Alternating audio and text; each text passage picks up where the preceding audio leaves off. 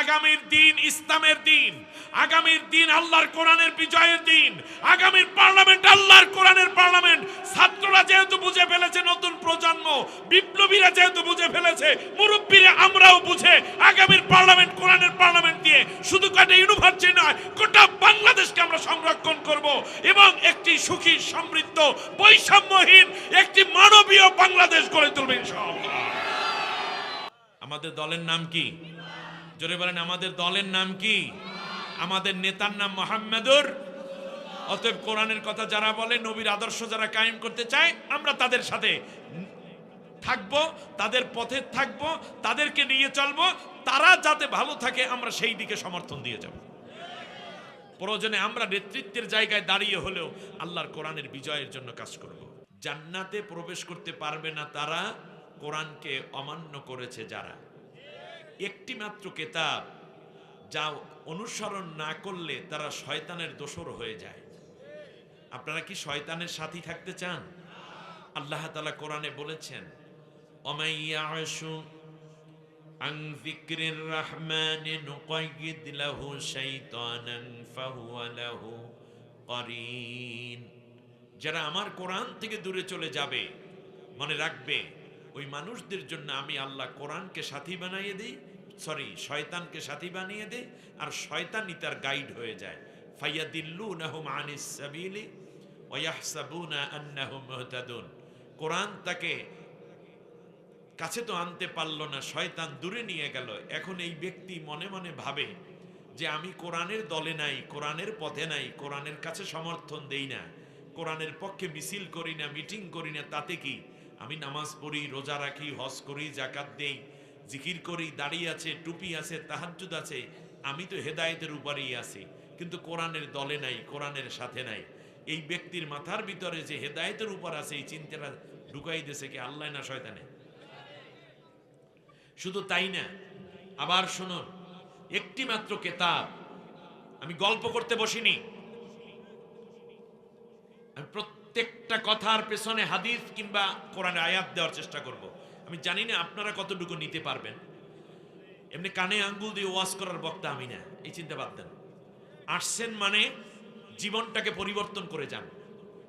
কাফেরেরা নবীর কাছে আসতো, কোরআন শুনে তারা মোমেন হয়ে জান্নাতের সার্টিফিকেট নিয়ে চলে যেত।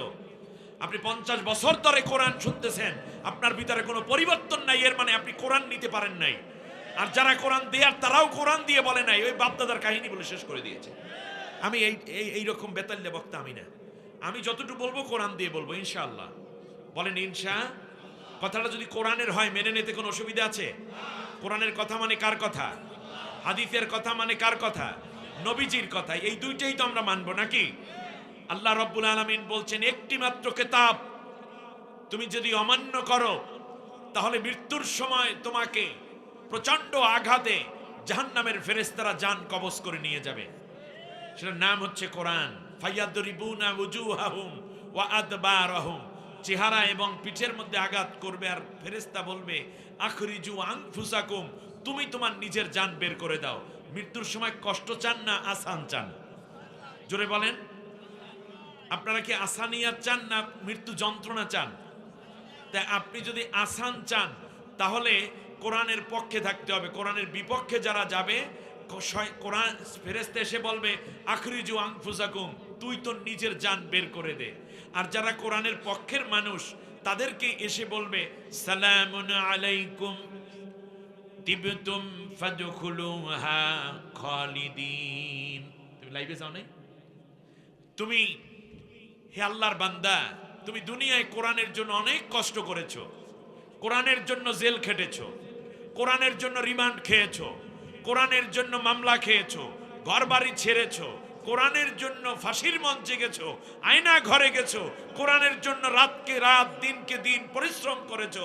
অতএব আল্লাহ তোমাকে সালাম পাঠাইছে। আর লাগে? সালাম পাঠাইছেন কে? আল্লাহ তাআলা সালাম পাঠিয়েছেন। জান্নাত তোমার জন্য অপেক্ষা করছে, জান্নাতে প্রবেশের জন্য তুমি রেডি হয়ে যাও। তাহলে মৃত্যুর সময় কষ্ট পেতে চান না আরাম পেতে চান? অতএব কোরআনের কাছে থাকতে হবে। মৃত্যুর পরে একটি মাত্র কিতাব যা কবরে পাওয়া যাবে। সুবহানাল্লাহ বলেন। আর কোনো কেতাব না, আপনি অনেক কেতাব পড়েন, আমিও তো পড়ি, হাদিস পড়বেন, সিয়াসিত্তা হাদিস, একটা হাদিসও পরকালে আল্লাহর সামনে দাঁড়াবে না, কবরের সাথেই হবে না। ওটা আমার কোরআন বোঝার জন্য দরকার, ইসলামের আমল করার জন্য হাদিস জানা দরকার, কারণ হাদিস না জানলে কোরআন বোঝাই যাবে না। কিন্তু মনে রাখতে হবে সেটা পরকালে আমার সাথী হবে না, সাথী হবে একটি কিতাব, নাম কি? কোরআন। কবরে যখন ফেরেশতারা জিজ্ঞেস করবে মার রব্বুকা, কোরআন জবাব দিয়ে দেবে, বলবে আমার বন্ধুকে ডিস্টার্ব করো না, আমি নিজে তার পক্ষ থেকে জবাব দিয়ে দেব। সুবহানাল্লাহ পড়বেন না? কুড়িগ্রামের ভাইরা একটু খেয়াল করেছেন কত সুন্দর করে আল্লাহ তাআলা বলছেন, আল্লাহ নবী বলেছেন ফেরেশতারা যখন জিজ্ঞেস করবে মার রব্বুকা, কোরআন বলবে আলহামদুলিল্লাহি রব্বিল আলামিন। এর দ্বারা রব বুঝায় কাকে? রব্বুস সামাওয়াতি ওয়াল আরদ। এ যারা রব বোঝায় কাকে? সুবহানা রব্বিকা রব্বিল ইজ্জাতি আম্মা ইয়াসিফুন। এ দ্বারা রব বোঝায় কাকে? 133টা আয়াত কোরআন তিলাওয়াত করবে। দ্বিতীয়বারে কোশ্চেন ওমা দীনুকা, কোরআন বলবে ইন্নাদ দীনা ইনদাল্লাহিল ইসলাম। সুবহানাল্লাহ বলেন, কোরআনের আয়াত।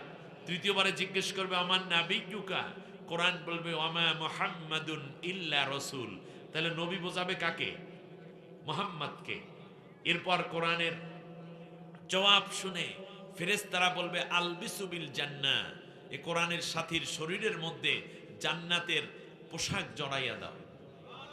সুবহানাল্লাহ, কি যে মজা হবে রে ভাই। একটু ধৈর্য ধরে কোরআনের কাছে থাকতে হবে, কোরআনের কাছে আসলে একটু কষ্ট হয়, এর বিনিময়ে আল্লাহ জান্নাত দিয়ে দেন। নবীগণ কষ্ট করেছেন, সাহাবীগণ কষ্ট করেছেন, কারণ আপনি এত বড় জিনিস পাইতে হলে একটু তো কষ্ট পোহাতে হবে, ঠিক না? যারা এই কষ্ট পোহায় তারা দুনিয়ায় মর্যাদা হয়, আখেরাতে জান্নাতি হয়। সেই যেই কিতাবের জন্য কষ্ট করা যায় সেই কিতাবের নাম কি? কোরআন। ওয়া আফরিশু বিল জান্নাহ, এই ব্যক্তির পিঠের নিচে জান্নাতের বিছানা বিছাইয়ে দাও। সুবহানাল্লাহ বলেন। প্রিয় বন্ধুগণ, এরপরে একটি মাত্র কিতাব যা আপনাকে জান্নাতে নিয়ে যাবে, মান জাআলাহু আমামাহু কাদাহু ইলাল জান্নাহ। নবীজি বলেন এরপর এই ব্যক্তিকে কোরআন বলবে দোস্ত এখানে থাকার দরকার নাই, চলো আমি তোমাকে জান্নাতে দিয়ে আসি। সুবহানাল্লাহ, আল্লাহু আকবার। কোরআন সামনে সামনে যাবে, জান্নাতে না পৌঁছানো পর্যন্ত কোরআন তাকে একা ছেড়ে চলে যাবে না। ওমান জাআলাহু খালফা জহরিহি সাকাতাহু ইলান নার। আর যারা কোরআনকে পিছনে ফেলাইয়া অন্য মত অন্য পথের দিকে ঘুরেছে, কোরআন তাকে পেছন দিক থেকে ধাওয়া করবে, নিশ্চিত জাহান্নামে না ফেলা পর্যন্ত কোরআন তার পিছু ছাড়বে না। কোরআনকে ধরে জাহান্নামে না জান্নাতে যেতে চাই? জান্নাতে যেতে চাই। আল্লাহ আমাদের কবুল করুন, বলেন আমিন। শুধু তাই না, কিয়ামতের ময়দান যখন ভয়াবহ পরিস্থিতি, তখন আল্লাহ রব্বুল আলামিন, আল্লাহ নবী বলেছেন ব্যক্তির ডান পাশে কোরআন দাঁড়িয়ে যাবে। কোরআন বলবে যে রব্বুল আলামিন, এই ব্যক্তি আমার জন্য দুনিয়ায় কষ্ট করেছে, সে গরিব ছিল, এরপরেও আমাকে বুক থেকে ছেড়ে দেয় নেই। আল্লাহ তাআলা নির্যাতন সয়েছে, কিন্তু আমার আন্দোলনকে সে কখনো তুচ্ছ করে নাই, দুনিয়ার কিছুর বিনিময় বিক্রি করে দেয়নি। আল্লাহ নবী বলেছেন মা মিন শাফিন আফজালু মুনজিলাতান ইনদাল্লাহি ইয়াউমাল কিয়ামাতি মিনাল কোরআন লা নবী ওয়ালা মালাক ওয়ালা গায়র। কোরআনের মতো এত জোরালো সুপারিশ কেউ করতে পারবে না, না কোনো নবী, না ফেরেশতা, না অন্য কেউ। কারণ কোরআন সুপারিশ করেছে মানে সে জান্নাতি। নবী এ পর্যন্ত বলেছেন আল কোরআনু হুজ্জাতুল লাকা আও আলাইক, কোরআন তোমার পক্ষে কিংবা বিপক্ষে দলিল হবে। আপনি বলুন কুড়িগ্রামবাসী, আপনারা কোরআনকে বিপক্ষে দলিল বানাবেন নাকি পক্ষে দলিল বানাবেন? কে কে পক্ষে দলিল বানাতে চান তারা দুইটা হাত উঁচু করে আল্লাহকে দেখান, হাত টান টান করে রাখুন। আল্লাহ তুমি দেখতেছ, আমাদের মনের আকাঙ্ক্ষা তুমি বোঝো। আমরা কোরআনকে আমাদের পক্ষে বানাতে চাই, তুমি আমাদেরকে পক্ষে নেয়ার জন্য আমল করে যাওয়ার তৌফিক দান করো। সবাই বলেন আমিন। হাত নিচু করেন। ভাইরা আমার, আমি ছোট্ট একটা কোশ্চেন রাখতে চাই। পরকালে আপনি যদি কোরআনকে নিজের পক্ষে দলিল বানাতে চান, দুনিয়ায় থাকতে হবে কোরআনের বিপক্ষে না পক্ষে?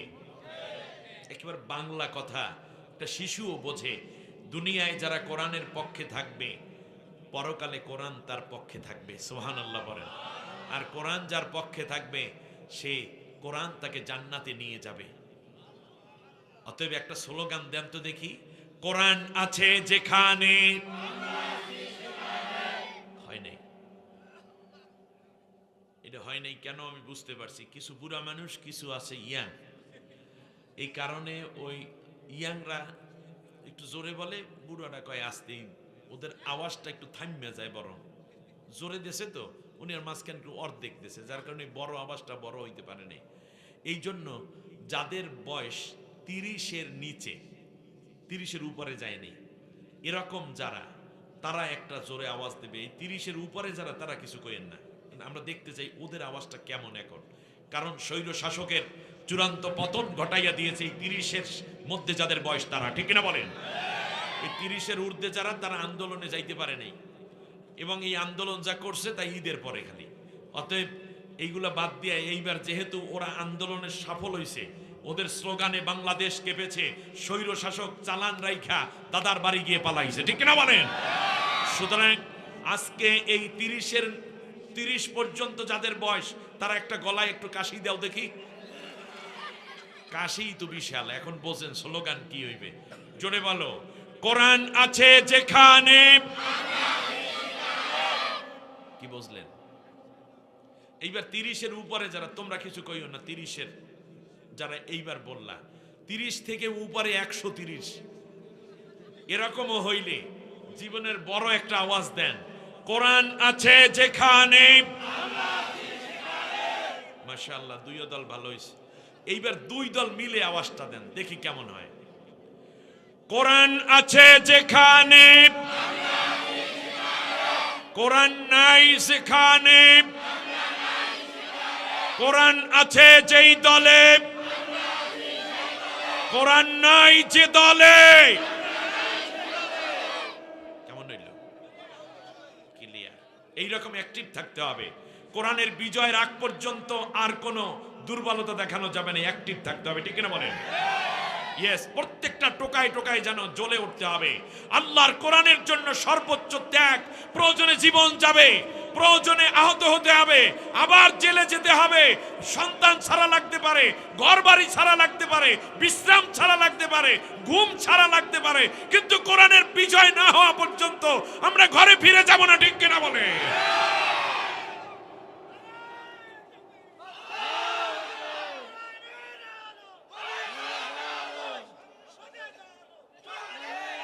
আল্লাহ কবুল করুন, বলেন আমিন।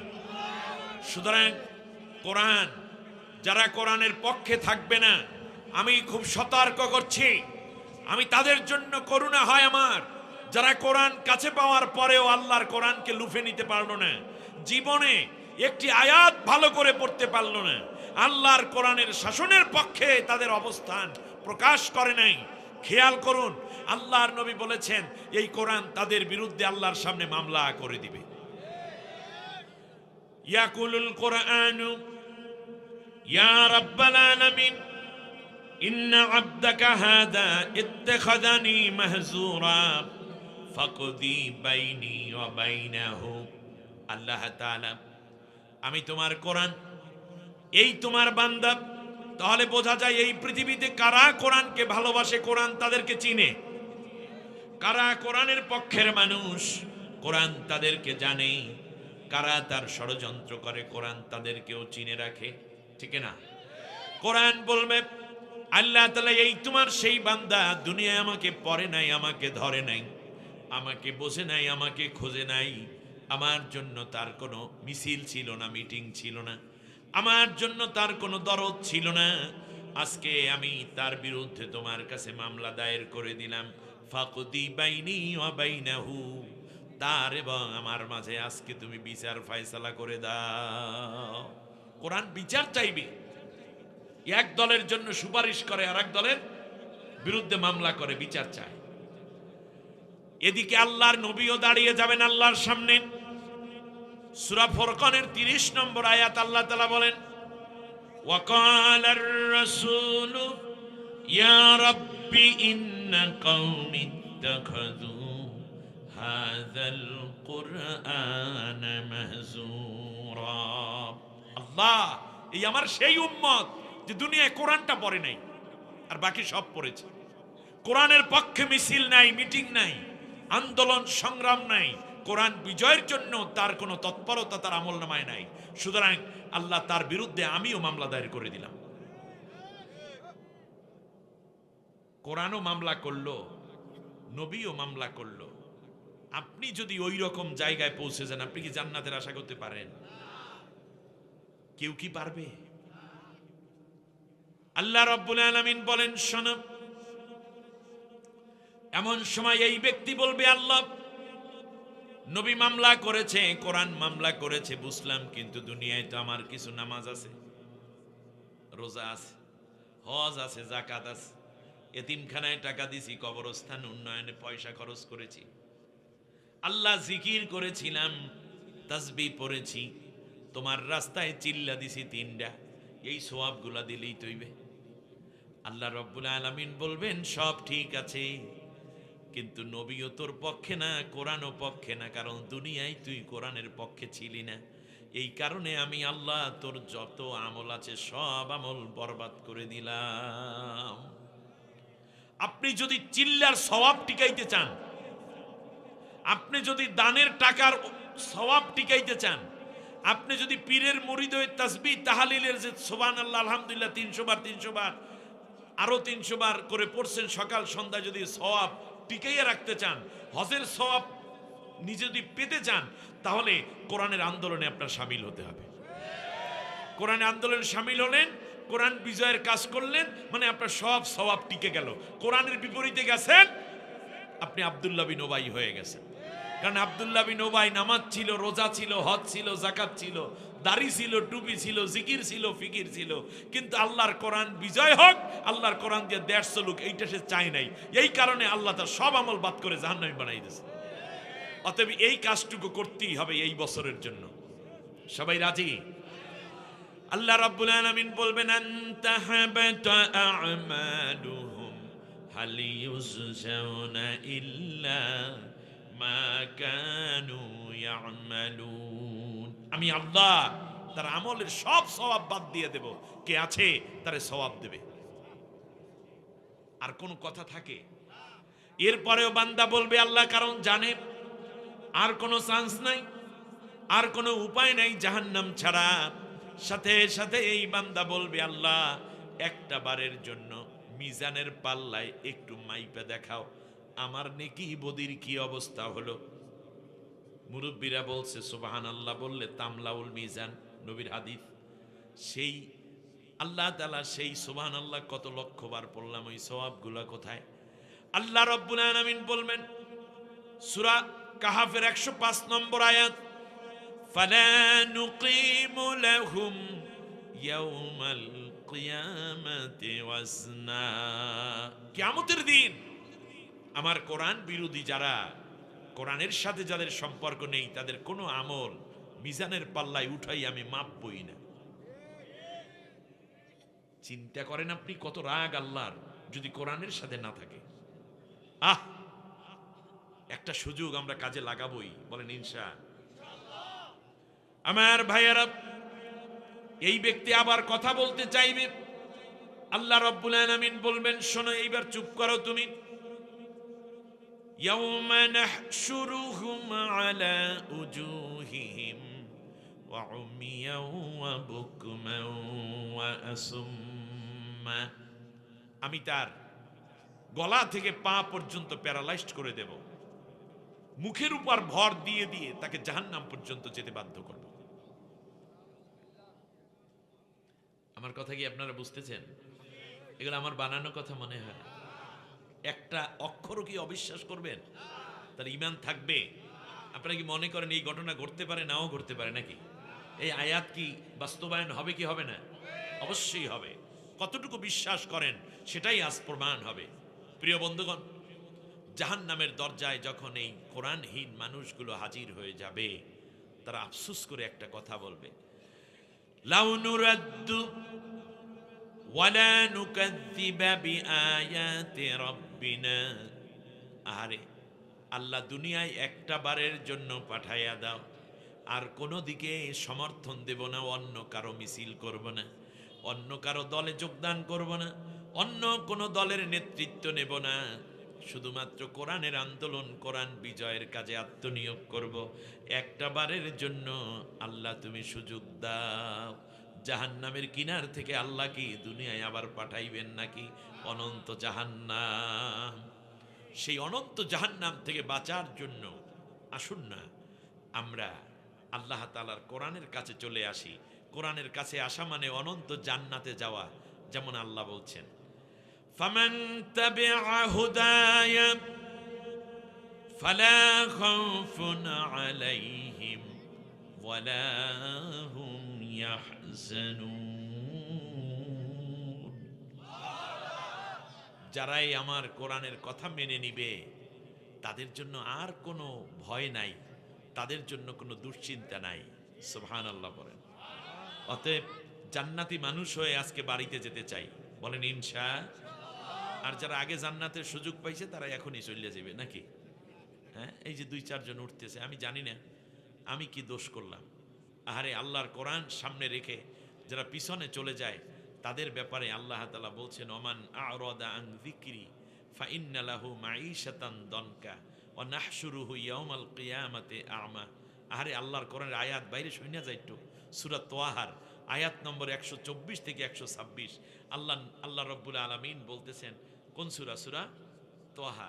কোরআনের আলোচনা হয়, কোরআন দিয়ে বোঝানো হয়। এমন সময় কেউ যদি পৃষ্ঠ প্রদর্শন করে, উনি যে ওই দিকে চলে যাচ্ছে, এই দিকে মুখ না এইদিকে পিঠ, এই দিকে পিঠ, কোরআনের দিকে যারা পিঠ ফিরাইয়া দিল, ঘাড় ফিরিয়ে নিয়ে চলে গেল, আল্লাহ তাআলা বলেন আমি আল্লাহ ওদের পারিবারিক জীবনে শান্তি দেব না। তোমরা আজকে বাড়িতে যাও, গিয়ে দেখবা তোমার বউ তোমাকে আর ভালো কথা বলছে না। তা কারণ আল্লাহ বলছেন যারা কোরআন থেকে ঘাড় ফিরিয়ে নেয়, পৃষ্ঠ প্রদর্শন করে, আমি তাদের পারিবারিক জীবন অশান্তময় করে দেই। তোমার ব্যবসা ভালো হবে না, তোমার ছেলে মেয়ে তোমার কথা শুনবে না, তোমার নিজের শরীরটাও ভালো লাগবে না। বাড়িতে যাও, ঘুমাইতে দেখবা পেটে ব্যথা উঠছে, বুক ব্যথা করে। তার কারণ আল্লাহর কথা সত্য। মাঈশাতান দনকা ওয়া নাহশুরুহু ইয়াউমাল কিয়ামাতি আ'মা। এবং যেহেতু আমার কোরআন থেকে ওরা পিঠ ফিরাইয়া নিল, এই জন্য কিয়ামতের দিন আমি তাদেরকে অন্ধ করে দেব। লিমা হাসারতানি আমা, তারা বলবে আল্লাহ আমি অন্ধ কেন? ওয়াকাদ কুনতু বাসীরা, দুনিয়ায় তো আমার চোখ ছিল। আল্লাহ তাআলা বলবেন কাযালিকা আতাতকা আয়াতুনা ফানাসিতাহা ওয়া কাযালিকাল ইয়াউমা তুনসা। তোমার সামনে কোরআনের কথা বলা হতো, তুমি পিঠ ফিরাইয়া অন্ধের মতো অন্যদিকে চলে যাইতে, এই জন্য তোমাকে আজকে বাস্তব অন্ধ বানাই দিলাম। মান কানা ফি হাদিহি আমা ফাহুয়া ফিল আখিরাতি আমা ওয়া আদাল্লু সাবিলা। যারা কোরআন থেকে অন্ধ থাকবে, পরকালে তারা অন্ধ পরিণত হয়ে যাবে। আল্লাহ আমাদেরকে মাফ করুন। যারা চলে গেছেন তারা ফিরে আসেন, নসিব খুলিয়ে দেওয়ার মালিককে। আল্লাহ তাআলা বলছেন যখন কোরআনের ময়দানে গেলা তখন একটু কাজ করো। ফাইযা কুরিয়াল কুরআনু ফাসতামিউ লাহু ওয়া আনসিতু লাআল্লাকুম তুরহামুন। যখন কোরআনের ময়দানে থাকবে তখন কান দিয়ে গভীর মনে, অন্তরের অন্তঃস্থলের তোমার সেন্সর মুক্ত করে গভীর মনোযোগে কোরআন শুনবে আর একেবারে চুপ থাকবে, কোনো কথা যেন তোমার ভিতর থেকে ছুটে না যায়। এজন্য গভীর মন এবং চুপ থেকে যদি এই কোরআন শুনতে পারো, তাহলে আমি আল্লাহ তোমাকে খালি ফিরাবো না, তোমার জীবনের সব গুনাহগুলা মাফ কইরা আমার রহমতের চাদর তোমার গায়ে জড়াইয়া দিয়া বাড়িতে ফিরাই দেব। শয়তান কয় এত বড় নেকি লইয়া তুই থাকবে, এটা কি মানায়? আর আল্লাহ তাআলা বলছেন ওমান আজলামু মিম্মান যুক্কিরা বিআয়াতি রাব্বিহি ফাআরাদা আনহা। এত বড় নেকি তুই পাবি, এটা তো হয় না। এখন আল্লাহ তাআলা বলতেছেন ওর চেয়ে বড় জালেম তো পৃথিবীতে কেউ নাই, যে কোরআনের আলোচনা চলে এইটারে রাইখা অন্যদিকে চলে যায়। আসছিলেন সওয়াব নিতে, জান্নাতি হইতে, গেলেন শয়তানের দোসর হইয়া, পাইবেন না শান্তি, পরকালে হইবেন অন্ধ, আর শেষকালে আল্লাহর স্বীকৃতি অনুযায়ী আপনি পৃথিবীর সবচেয়ে বড় জালেম। শয়তান সফল হয়েছে আপনার উপরে, আপনাদের উপরেও হবে নাকি? আল্লাহ যাদেরকে নিয়ে গেছেন এখান থেকে শয়তানে, আল্লাহর ফেরেশতা যেন তাদেরকে টেনে আনতে পারে সেই তৌফিক কামনা করে আবার আমরা সবাই পড়ি আউযু বিল্লাহি মিনাশ, কণ্ঠ ছেড়ে দিয়ে পড়েন, বিসমিল্লাহির রহমানির, ইন্নাল্লাহা ওয়া মালাইকাতাহু ইউসাল্লুনা আলান নবী ইয়া আইয়ুহাল্লাযীনা আমানু সাল্লু আলাইহি ওয়া সাল্লিমু তাসলিমা। আল্লাহুম্মা সাল্লি আলা মুহাম্মাদ ওয়া আলা আলি মুহাম্মাদ ওয়া আলা আলি ইব্রাহিম ইন্নাকা হামিদুম। তমসায় ঘেরা ছিল এ নিখিল জাহান, মানে নি ধরায় কেহ আল্লাহর বিধান। এলে নব আবতাব কাটিল আধার, প্রভাত পাপিয়া কুল উঠিল গাহি। বালাগাল উলা বিকামালিহি কাশাফাত দুজা বিজামালিহি হাসনাত জামিউ খাসালিহি। কুড়িগ্রামের, এটার উপজেলার নাম কি? নাগেশ্বরীর রসুলপুর চণ্ডীপুর কেন্দ্রীয় কবরস্থান কমিটির কর্তৃক আয়োজিত, কবরস্থানের উদ্যোগে মাহফিল হয় না, কবরস্থান পরিচালনা কমিটির উদ্যোগে আয়োজিত তাফসিরুল কোরআন মাহফিল রসুলপুর চণ্ডীপুর কেন্দ্রীয় কবরস্থান ময়দানে। এই মাহফিলের সমাপনী অধিবেশন জনাব সভাপতি বিশিষ্ট সমাজসেবক রাজনীতিবিদ ৯ নং ভিতরবন্দে ইউনিয়ন পরিষদের সম্মানিত চেয়ারম্যান জনাব আলহাজ শফিউল আলম শফি, কোরআনের জন্য আল্লাহ তাকে সুস্থতা এবং নেক হায়াত দান করুন বলি আমিন। খুব ভদ্র মানুষ, কারণ হচ্ছে জালেম সরকারের সময় ম্যাক্সিমাম চেয়ারম্যানগুলো ছিল অন্যায়ভাবে নির্বাচিত। দিনের ভোট রাত্রে দিয়া জোর কইরা ঘোষণা দিয়ে লই গেছে, এমপি বলছে তুই চেয়ারম্যান, উনি এলাকার চেয়ারম্যান হয়ে গেছে। নোয়াখালীতে এক মাহফিলে এইরকম এক মুরব্বী, এই পাশে স্যাংরা এক ছেলে চেয়ারম্যান। এখন মাহফিল সে হইতেই দেবে না চেয়ারম্যানে, তার কারণ হইল তাকে কেন সভাপতি করা হইল না। তো শেষ পর্যন্ত কমিটি বাধ্য হয়ে প্রথম পোস্টার ছাপাইয়া সেই পোস্টার বাদ দিয়ে আবার ওনার ওই সভাপতি বানাই, ওর নাম ছিল রনি, এই রনিরে চেয়ারম্যান বানাইয়া মানে সভাপতি বানাই পোস্টার করতে বাধ্য হয়েছে। ওই যে মুক্তিযোদ্ধা ওই বেচারাকে শেষ পর্যন্ত অতিথি বানাইছে, বিশেষ অতিথি, প্রধান অতিথি আবার উপজেলা চেয়ারম্যান, সবই হেরা হেরা, বক্তা খালি আমি উল্টা। তো এখন ডানে বামে সব তারা, তার বিশেষ অতিথি বক্তব্য দেবে আমার আগে আগে। বক্তব্য দিয়ে বলতেছে, মাননীয় সভাপতি চেয়ারম্যান সাহেব মোহাম্মদ মাসুদুল আলম রনি। রনির করার পর আমারে কয়, হুজুর এই এলাকাবাসী সবাই জানে, আপনিও জানেন, উনি কিন্তু চেয়ারম্যান নরমাল না, উনি সিজার চেয়ারম্যান। ভয় আমার নাতি বয়সী, আমি সভাপতি হইলে সে মাহফিল করতেই দেবে না। এটা কোনো কথা হইল? মানে একের মাঠের মধ্যে দাঁড়াই বসা। আমি বললাম, হাজি সাহেব সিজার চেয়ারম্যান মানে কি? কয় হুজুর বুঝবেন, বাচ্চা যখন মায়ের গর্ভে থাকে তখন তো মাস পুরা হইলে নর্মাল ডেলিভারি হয়। তো নর্মাল ডেলিভারি যদি না হয় তখন কি করে? আমি বললাম তখন সিজার করা লাগে। সিজার যেই রাস্তা, এটা কি নর্মাল রাস্তা না আর্টিফিশিয়াল রাস্তা? আমি বললাম আর্টিফিশিয়াল রাস্তা, বানান্যের রাস্তা। এই যে নারী বুড়ি কাটিয়া মাটিয়া তারপর যে বাচ্চা বাইর করে, এইটারে কয় সিজার। আর ও সেই কায়দায় চেয়ারম্যান হয় নাই, জনগণ ভোট দিয়ে নর্মালি চেয়ারম্যান হয় নাই, ওই জম্মের মতো পিডাইয়া পাড়াইয়া কাটিয়া কুটিয়া তারপরে চেয়ারম্যান হয়েছে, এই জন্য হইল সিজার চেয়ারম্যান। বাংলাদেশে বহুত সিজার এমপি ছিল, ঠিক কিনা বলেন? 2 নম্বর প্রধানমন্ত্রী ছিল, ঠিক কিনা? বাংলাদেশে 2 নম্বর উপজেলা চেয়ারম্যান ছিল, সব সিজার যারা সবগুলো এখন দাদার বাড়ি চলে গেছে, ঠিক না? যা দেশে আছে তারা এখন কেসি সুই সুতা ফালাইয়া সোবহানাল্লাহ হতাশ লীগে পরিণত হয়েছে। আমরা দোয়া করি আল্লাহ তাদেরকে কোরআনের সাথী বানাই দেন, বদদোয়া করব না। সভাপতিত্ব করছেন জনাব আলহাজ শফিউল আলম শফি সাহেব চেয়ারম্যান। উনি যদি সিজার চেয়ারম্যান হইতেন তাহলে এলাকায় থাকতে পারতেন না, মানুষ একেবারে কায়দা করিয়ে সাজিয়ে দিতে। এই জন্য উনি ভালো মানুষ, এটা আমি বুঝতে পারতেছি, ঠিক কিনা?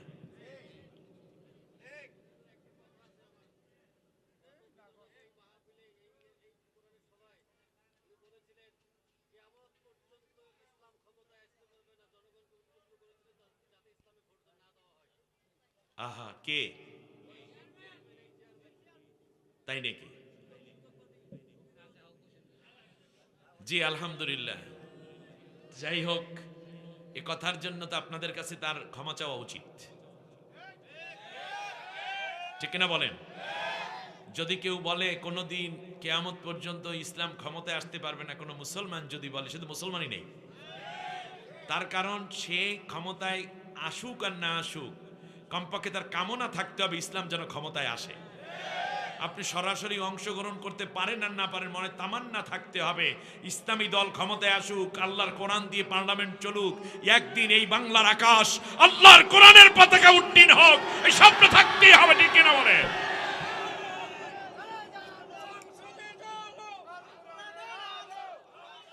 আমি তো এত কিছু জানি না, আলহামদুলিল্লাহ লোকটাকে আমার ভালো মনে হয়েছে, সামাজিক মানুষ। এরকম অনেক উল্টাপাল্টা কইয়া টইয়া এখন অনেকে ঠিক হয়ে গেছে, ঠিক না? দোয়া করি আল্লাহ যেন তাকে ঠিক করে দেন, আল্লাহ তার এই কথাগুলোর জন্য অনুশোচনা করে যেন তওবা করার তৌফিক করে দেন। যাই হোক, এরপরে প্রধান অতিথি আপনাদের সামনে কথা বলেছেন বাংলাদেশ জামায়াত ইসলামী মনোনীত 25 আসন, কুড়িগ্রাম 1 আসন নির্বাচনী এলাকা, কুড়িগ্রাম 1 আসনের জাতীয় সংসদ মনোনীত প্রার্থী জনাব মোহাম্মদ আনোয়ারুল ইসলাম আনোয়ার। খুব সুন্দর কথা বলেন, জননেতা, আপনাদের প্রিয় মানুষ, কাছের মানুষ, কোরআনের কথা বলেন। আল্লাহর কাছে দোয়া করি আল্লাহ যেন তাকে কোরআনের কথা বলার জন্য সংসদে যাওয়ার তৌফিক দান করেন। কথা বলেছেন, দেখেন মাহফিল যারা করে তাদের বুদ্ধি আছে। একজন হলো প্রধান অতিথি আর একজন প্রধান মেহমান। আচ্ছা, মেহমান আর অতিথির মধ্যে পার্থক্য আছে? দেখেন প্রধান লাগাইছে 2 জনারে, হযরত মাওলানা আব্দুল মতিন ফারুকী, হেড মুহাদ্দিস, নাগেশ্বরী কামিল মাদ্রাসা, নাগেশ্বরী ও আমির বাংলাদেশ জামায়াত ইসলামী কুড়িগ্রাম জেলা।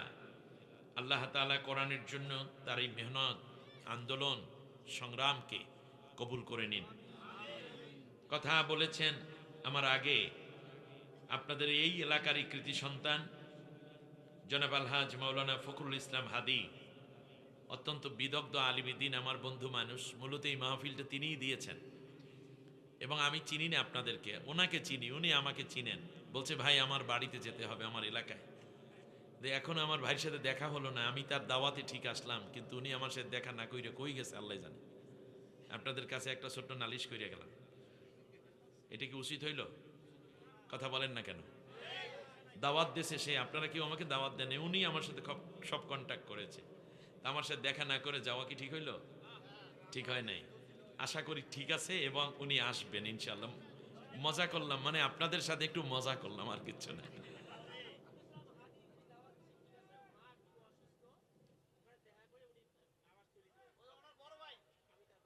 ও আচ্ছা আচ্ছা, মানে একটু মজা করলাম যে ভাই দাওয়াত দিয়ে ভাই নাই, সেই জন্য আমরা দোয়া করছি মায়ের জন্য। মাকে আল্লাহ সুস্থতা নসিব করুন, 100 বছরের অধিক বয়স, আল্লাহ যেন তাকে হায়াতের মধ্যে বারাকা দেন। জীবনে যত নেক আমল করেছেন আল্লাহ যেন মায়ের নেক আমল কবুল করেন। মা মানে সকলেরই মা, মায়ের মর্যাদা সবার উপরে, ঠিক না? আল্লাহর পরেই মায়ের মর্যাদা, সুবহানাল্লাহ। আসুন, কথা বলেছেন আরো অনেকে, আমি সবার নাম তো আর নিতে পারলাম না। জনাব মাহমুদুল হাসান আছেন এখানে, সম্মানিত বিশেষ অতিথিবৃন্দ, ফরিদুল ইসলাম ফরিদ সহ অনেকে, ময়দানে উপস্থিত ওলামা, আইম্মা, খুতাবা, আসাতিজা এবং মুরব্বিয়ানে کرام, যুবক ভাইয়েরা, পর্দার আলে মা বোন, অন্যান্য ধর্মাবলম্বীদেরকে আন্তরিক মোবারকবাদ জানিয়ে ওয়াজ যা করার তা হয়ে গেছে। এখন আমি শুধুমাত্র আপনাদেরকে একটা সতর্কবাণী স্বরূপ 4টা আমল কারো জীবনে থাকলে সে জাহান্নামে যাবে। এই 4 আমলের বিপরীতে যার ভিতরে আমল থাকবে তারা জান্নাতে চলে যাবে। আপনারা কই যাইতে চান? না, ভালো করে হয় নাই। পেছনের লোকেরা জান্নাতে যাইতে চায় না, এরা বাড়িতে যাইতে চায় নাকি? বলেন তো দেখি, আমরা যেতে চাই কোথায়? জান্নাতে। তাহলে জাহান্নামের আমল যদি আমার আপনার ভেতরে থাকে তাহলে কি আমরা জান্নাতে যেতে পারবো? অবশ্যই না। সেই জান্নাতের আমল নিয়ে জাহান্নামে আমল যদি আমাদের ভিতরে থাকে সেইগুলো অমিট করে দিতে হবে, সেগুলো ডিলিট করে দিতে হবে। দিয়ে একেবারে হাতে গোনা 4টা কথা, এই 4টা কথা আমরা বুঝে, আমি ঠিক আধা ঘন্টার মধ্যে 4টা কথা আপনাদেরকে যদি বলি তাহলে 4×5 20 মিনিট, আর অন্যান্য মিলাইয়া 30 মিনিটে শেষ হয়ে যাবে ইনশা আল্লাহ। ঠান্ডা পড়া শুরু হয়ে গেছে। আগামীকালকে যারা শ্রমিক মানুষ তাদের কাজ আছে, ফজরের নামাজ আছে, সারা রাত ধরে ওয়াজ করা যায় কিন্তু এর ফল কোনো ভালো হয় না। আমি স্বাভাবিকভাবে রাত 11টার মধ্যে মাহফিল শেষ করে ফেলি, কিন্তু যেহেতু ফখরুল ইসলাম হাদি ভাইয়ের এলাকা, তারও তো একটা সম্মান আছে, আমার বন্ধু মানুষ, এজন্য আমি আজকে 1 ঘন্টা বাড়িয়ে নিলাম। তো 12টার পরে আর আমি যেতে চাই না।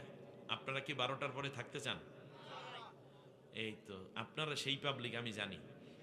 এই উত্তরবঙ্গে কয়েকটা এলাকার নাম বললি, যেমন আপনাদের কুড়িগ্রাম, বৃহত্তর রংপুরে, একেবারে পুরো রংপুর জুড়ে যদি বলি, এরপরে ময়মনসিংহ, আর হলো জামালপুর। এই এলাকার মানুষেরা প্রধান বক্তা উঠাই রাত 11টা 12টার সময়।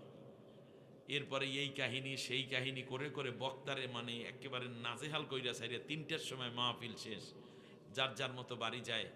আপনি বলেন বক্তার আরও কাজ আছে না নাই? আগামীকাল আমার মাহফিল আছে না? আপনি মাসে একটা মাহফিল শোনেন, আর আমার প্রতিদিন ওয়াজ করতে হয়। এরপর জার্নি, কোনো এলাকায় ঠান্ডা বেশি, কোনো এলাকায় গরম, ঠিক না? কোনো এলাকায় ঝাল বেশি খায়, কোনো বাড়িতে ঝাল কম খায়।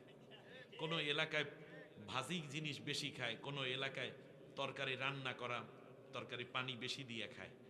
কোনো এলাকায় হলুদ বেশি খায়, টক বেশি খায়, কোনো এলাকায় মরিচ বেশি খায়, ঝাল বেশি খায়, তেল বেশি খায়।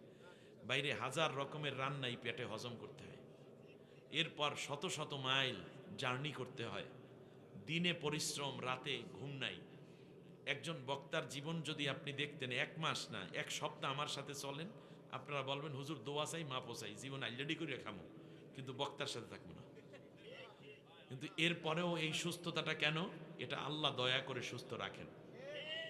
এরপরে মাহফিল শেষে মনে করেন কত কথা যে শুনতে হয়, ঠিক না? এর মধ্যে আছে, যেমন গতকালকের একটা অভিজ্ঞতা শেয়ার করি, এটা আমার জীবনে আর হয়নি এই রকম, আমার সাথে এরকম কেন করলো আমি জানি না। স্বাভাবিকভাবেই আমি তো চলে যাচ্ছি, আমার সহকারীর কাছে হাদিয়া দিয়ে দিছে। ওরে ভাই, একেবারে 5 টাকার নোট হইতে শুরু করিয়া 1000 টাকা পর্যন্ত 130 কিলো রাস্তা ও টাকা গুনতে গুনতে শেষ করছে। আমি মনে করছি আমার ভাইরা মনে হয় অনেক কষ্টে এই টাকাটা দিয়েছে। পরে আমি বললাম যে ভাই, আপনারা তো কালেকশন, আমিও কিছু করেছিলাম, আপনাদের অসুবিধা হয়েছে, তাহলে বলেন আমি কিছু টাকা ব্যাক করে দিই, যেহেতু একটা মাদ্রাসা। বলল যে না হুজুর। আমি বললাম তো এই টাকাটা কেন দিলেন আমাকে? বলল যে হুজুর আস্ত টাকা ছিল না সেজন্য। আমি বললাম দেখেন, আপনাদের টোটাল অঞ্চলের মধ্যেও নাই একটা ভদ্রতা তো থাকে মানুষের, মনে হয় যেন একটা ভিক্ষুকের মতো খুচরা টাকাগুলো ধরাই দিয়েছে। আমি আপনারা এরকম, এটা আমি বলছি না, কিন্তু আলেমদের একটা ন্যূনতম সম্মান বোধ তো দেখানো উচিত। কথা বুঝছেন কিনা? আমি আশা করি আপনারা এরকম হবেন না। মাহফিল জীবন অনেক অভিজ্ঞতা, আজকে আর সেটা শেয়ার করব না। মাহফিল শেষ, আয়োজক নাই, ফোন কইরা মোবাইলেও পাওয়া যাচ্ছে না। হায় আল্লাহ, কত আগ্রহ করে আমার ভাইরা আমাকে আনলো, খাওয়াইলো। 3টা নাম্বার, 3টা বন্ধ। পরে শুনলাম 3 জন আওয়ামী লীগের লোক ছিল। এই মাহফিলের টাকা দিয়া তারা পরবর্তীতে পিকনিক করবে এলাকার 100 ছেলেকে নিয়ে, সেই উদ্দেশ্যে মাহফিল দিচ্ছে। আহারে, তাও আমারটা। তারপর ফোনে বলল যে হুজুর অসুবিধা নাই, আমরা ইনশাল্লাহ বিকাশে পাঠাই দেব। এখনো পর্যন্ত বিকাশ আছে, ওরাও আছে, কিন্তু টাকা আর আসে না। বুকটা ফাইটে যায়, কিচ্ছু করার নাই। এ হচ্ছে বাস্তবতা। আমাদের দলের নাম কি? জোরে বলেন, আমাদের দলের নাম কি? আমাদের নেতার নাম মুহাম্মাদুর। অতএব কোরআনের কথা যারা বলে, নবীর আদর্শ যারা কায়েম করতে চায়, আমরা তাদের সাথে থাকবো, তাদের পথে থাকবো, তাদেরকে নিয়ে চলবো। তারা যাতে ভালো থাকে আমরা সেই দিকে সমর্থন দিয়ে যাব। প্রয়োজনে আমরা নেতৃত্বের জায়গায় দাঁড়িয়ে হলেও আল্লাহর কোরআনের বিজয়ের জন্য কাজ করব। আল্লাহ কবুল করুন, সবাই বলে না আমিন। কয় কারণে মানুষ জাহান্নামে যাবে? 4 কারণ। আঙ্গুলের পরে কথাগুলো গুনেন। কাগজ কলম যাদের আছে তারা লিখে রাখেন। কাগজ কলম যাদের নাই তারা একটু কষ্ট করে মোবাইলে সেভ করে নেন। মোবাইলেও নাই যাদের কথা, তারা একটু কাজ করবেন, গভীর মন দিয়ে শুনবেন, যেন কোনোদিন ভুলে না যান। মনে থাকবে? কিয়ামতের ময়দান দাঁড়িয়ে যাবে। সুবহানাল্লাহ বলে। কিয়ামতের ময়দান হাজির।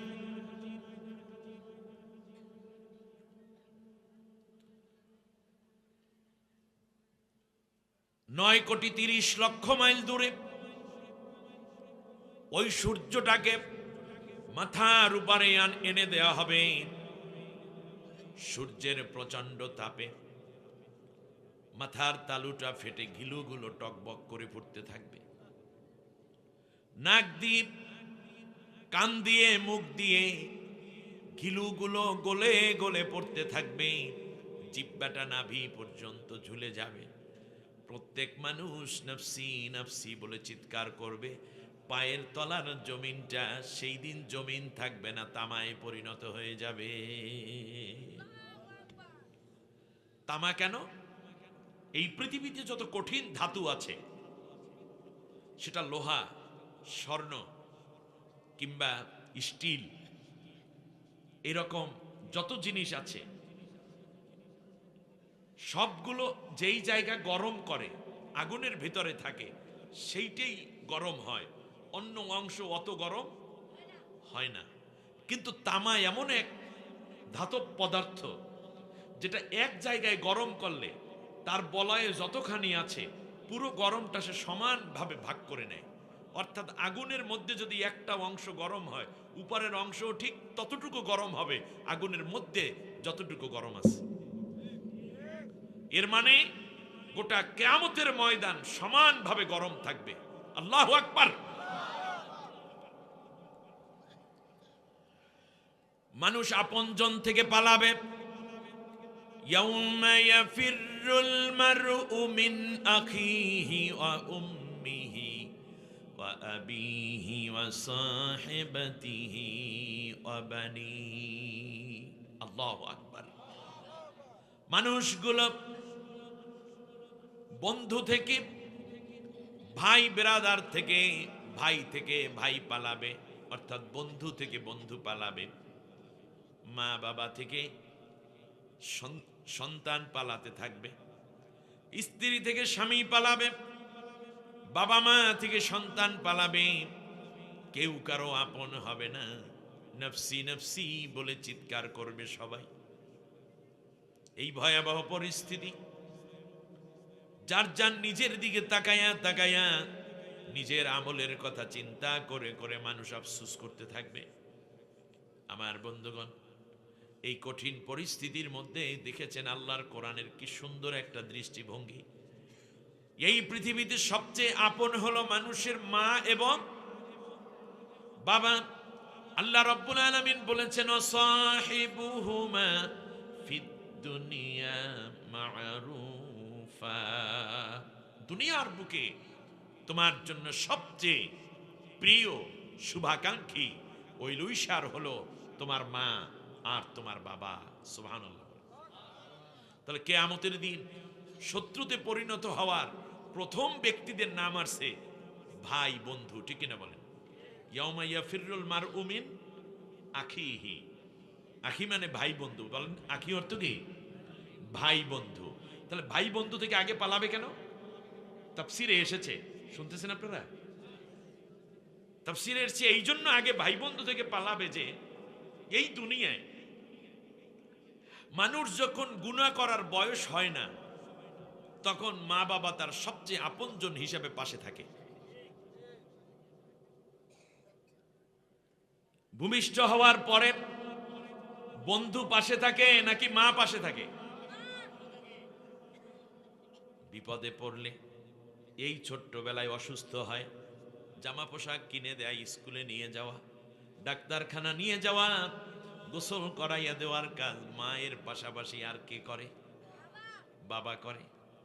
শিশুবেলায় উলঙ্গ ছিলাম, কার কোলে? মায়ের কোলে। মা পায়খানা প্রস্রাব পরিষ্কার করাইয়া দিতেন। কিন্তু আস্তে আস্তে করে ছেলে হোক কিংবা মেয়ে হোক, যখন বড় হয়ে উঠলাম তখন বলুন গুনার বয়স যখন হইল, গুনার বয়স বুঝেন? যেমন সিগারেট খায় ছেলে, প্রথম সিগারেট ধরছে, মা বাবারে লইয়া খায় নাকি বন্ধুরে লইয়া খায়? আকাম্য যত জিনিস সব বন্ধুরে শেয়ার করে। গাঁজা ধরছে, বাবা মা জানে না, জানে কে? কিন্তু যখন ছোটবেলা ছিলাম, বয়স যখন ৫, ৬, ৭ বছর ছিল, তখন বাবার কাছে বায়না ছিল, আব্বু বাজারে যাব,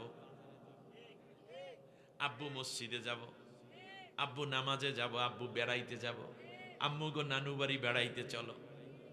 পেটটা ব্যথা করলে আব্বু পেট ব্যথা করে, আম্মু আমার ঘুম আসে না, আমার একটু ঘুম পড়াইয়ে দাও, আম্মু খাবার দাও। কিন্তু বয়স যখন বেড়ে যায় তখন মদ খায়, ফেন্সিডিল খায়, কোকেন, তারি, মারজুয়ারা, পেথিডিনিয়া বা হিরোইন, গাঁজা। বলেন তো দেখি আমার ভাইরা, এইটা কি কোনো মা বাবারে জানাইয়া কেউ খায়? কে জানে? বাস, শয়তানের ফেরবে পড়ে বাড়ির কাছের জরিনার সাথে পীড়িত।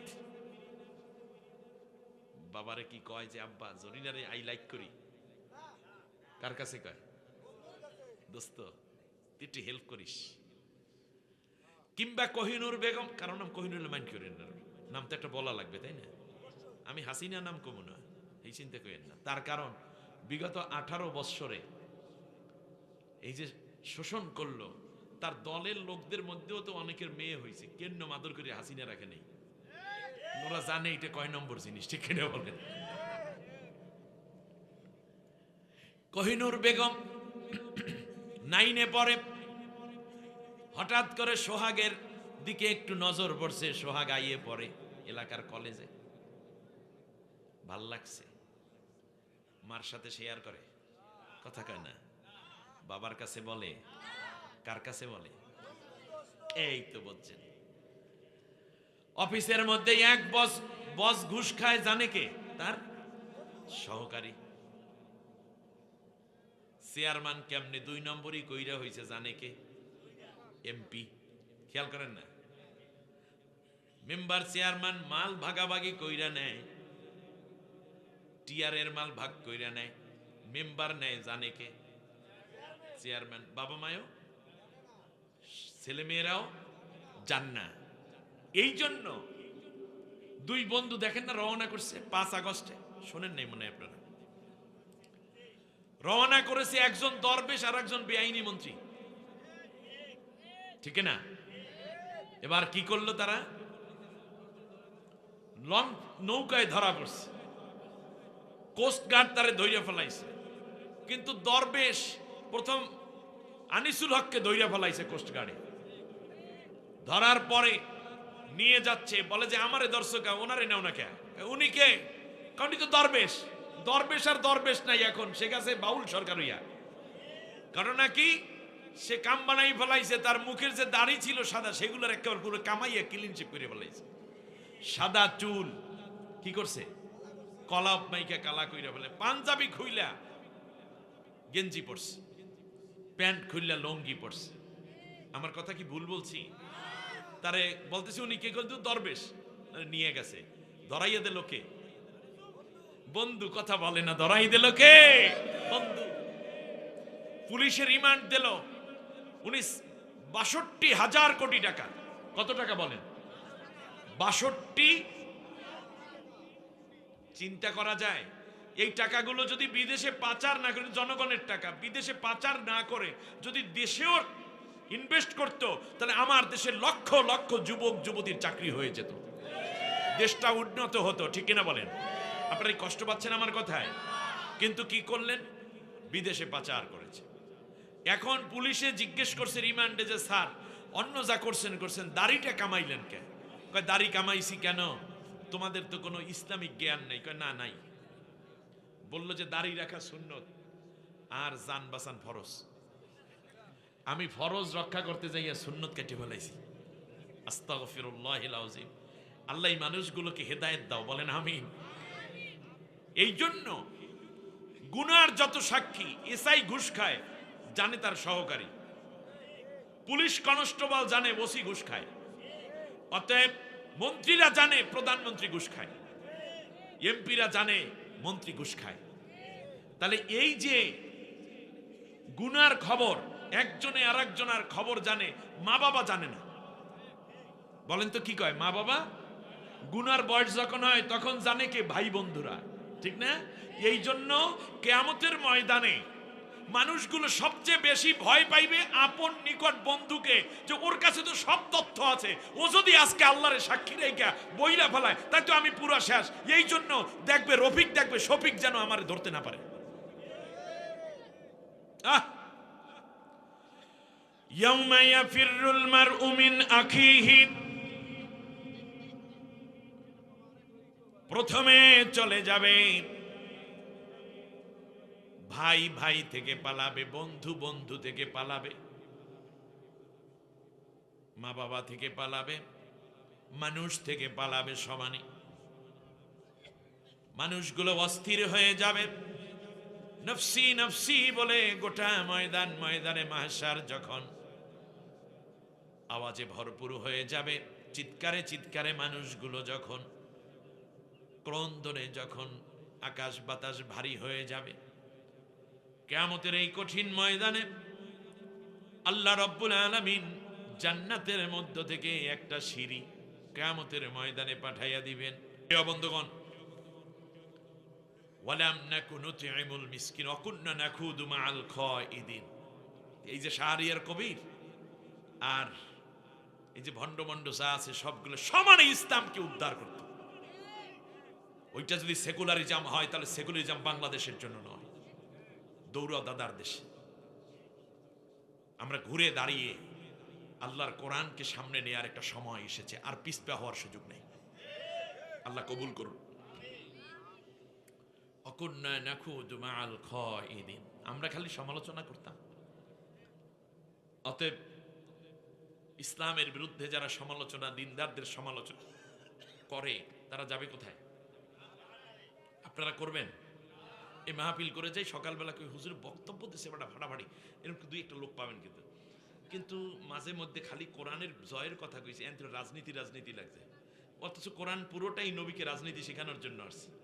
এর আগে তো আল্লাহ নবী দেশপ্রেম ছিলেন হিলফুল ফুজুল দিয়ে, তা মূল রাজনীতি শিখাইয়া আল্লাহ নবীকে রাজনীতিবিদ বানাইয়া দেশে মদিনার প্রেসিডেন্ট বানাইয়া 10 বছর আল্লাহ নবী দেশ চালাইলেন, সেটা কোন কিতাব আসার কারণে? আচ্ছা, রাজনীতিবিদ আপনি বলতে কি বোঝেন? রাজনীতি কাকে বলে? আপনি দেখেন, আপনি যদি ধরেন জওহরলাল নেহেরু, তিনি একজন রাজনীতিবিদ, কারণ তিনি দেশ চালাইছে, ঠিক না? এরপরে বেনজির ভুট্টো দেশ চালাইছে, যার কারণে সে কি? রাজনীতিবিদ। আমাদের দেশে শহীদ প্রেসিডেন্ট জিয়াউর রহমান দেশ চালাইছেন, এই জন্য তিনি কি বিদ? এরশাদ কি বিদ? রাজনীতিবিদ। মুজিবুর রহমান, শেখ মুজিবুর রহমান কি বিদ? রাজনীতিবিদ।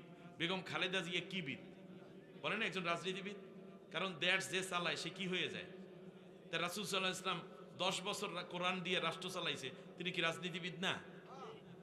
এর মানে আল্লাহ নবীকে আমরা একেবারে বড় কর্তার তাকাই দিয়া খানকায় কিংবা মসজিদে বসাই রাখতে চাই, অথচ তিনি গোটা দুনিয়া শাসন করেছেন। হযরত ওমর, হযরত আবু বকর থেকে নিয়ে সবাই তো রাজনীতিবিদ ছিলেন। রাজনীতিই তো গোটা দুনিয়াকে কন্ট্রোল করে। আর এই রাজনীতি কি দিয়ে করবা? সেই জন্য আল্লাহ রাব্বুল আলামিন কোরআন নাজিল করে বললেন, লিতাহকুমা বাইনান নাসি বিমা আরাকাল্লাহ, এই কোরআন দিয়ে তুমি দেশ চালাবা, এই জন্য আমি আল্লাহ কোরআন নাজিল করে দিয়েছি।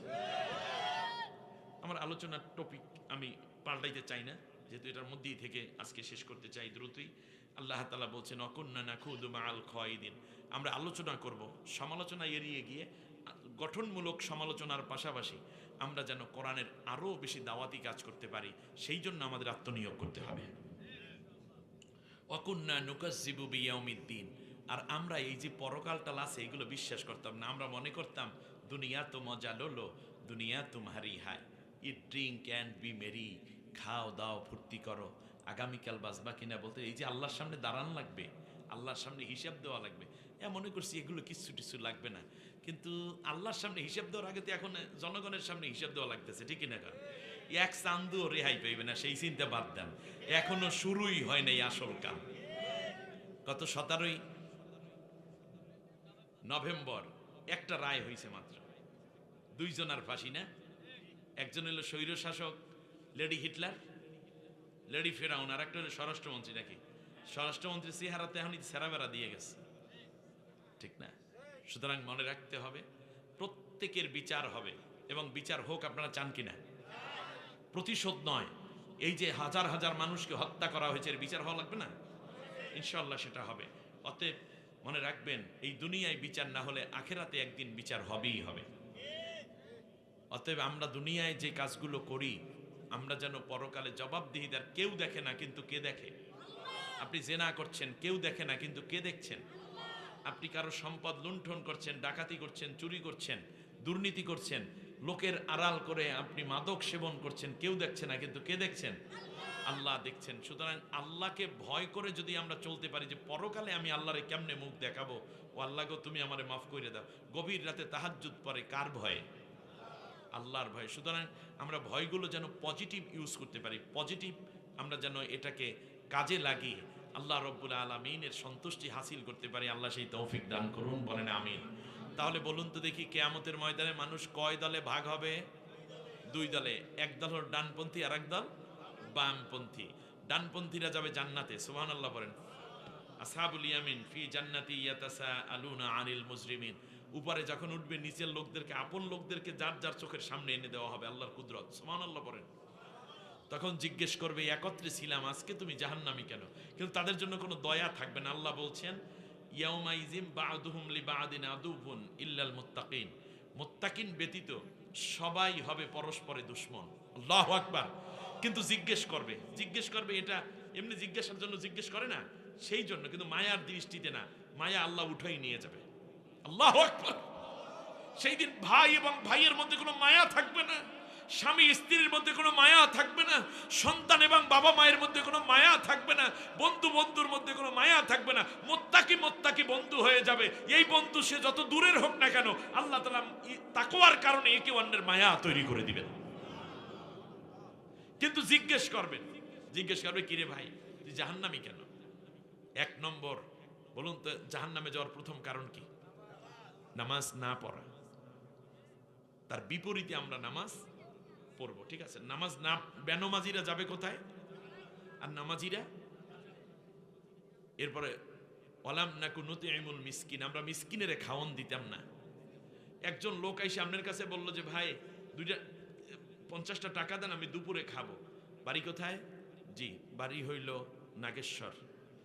তাহলে তোমার ছেলে মেয়ে কয়জন? কয় 2 ছেলে। বউ নাই? কয় বউ আছে। তাহলে 2 ছেলে বউ ভিক্ষা করো কেন? মেয়ে কোনো কাম নেই? তুমি তো কাজ করে খাবা, আসো আমার সাথে। অনেক কথা। টাকা চাইছে 50টা, আপনি 5000 টাকার ইন্টারভিউ নিয়ে দিলেন, দরকার নাই। ও আম্মা সাইলা ফালা তানহার। আল্লাহ তাআলা বলছেন যারা তোমার কাছে লজ্জা ফালাইয়া চাইতেই পারছে তার কাছে আর ধমক দিও না, পারলে দেও, না পারলে বলো যে বাবা আজকে না পড়ে। আপনি বেড়াগিরি দেখাইতে যাইয়েন না, দরকার নেই।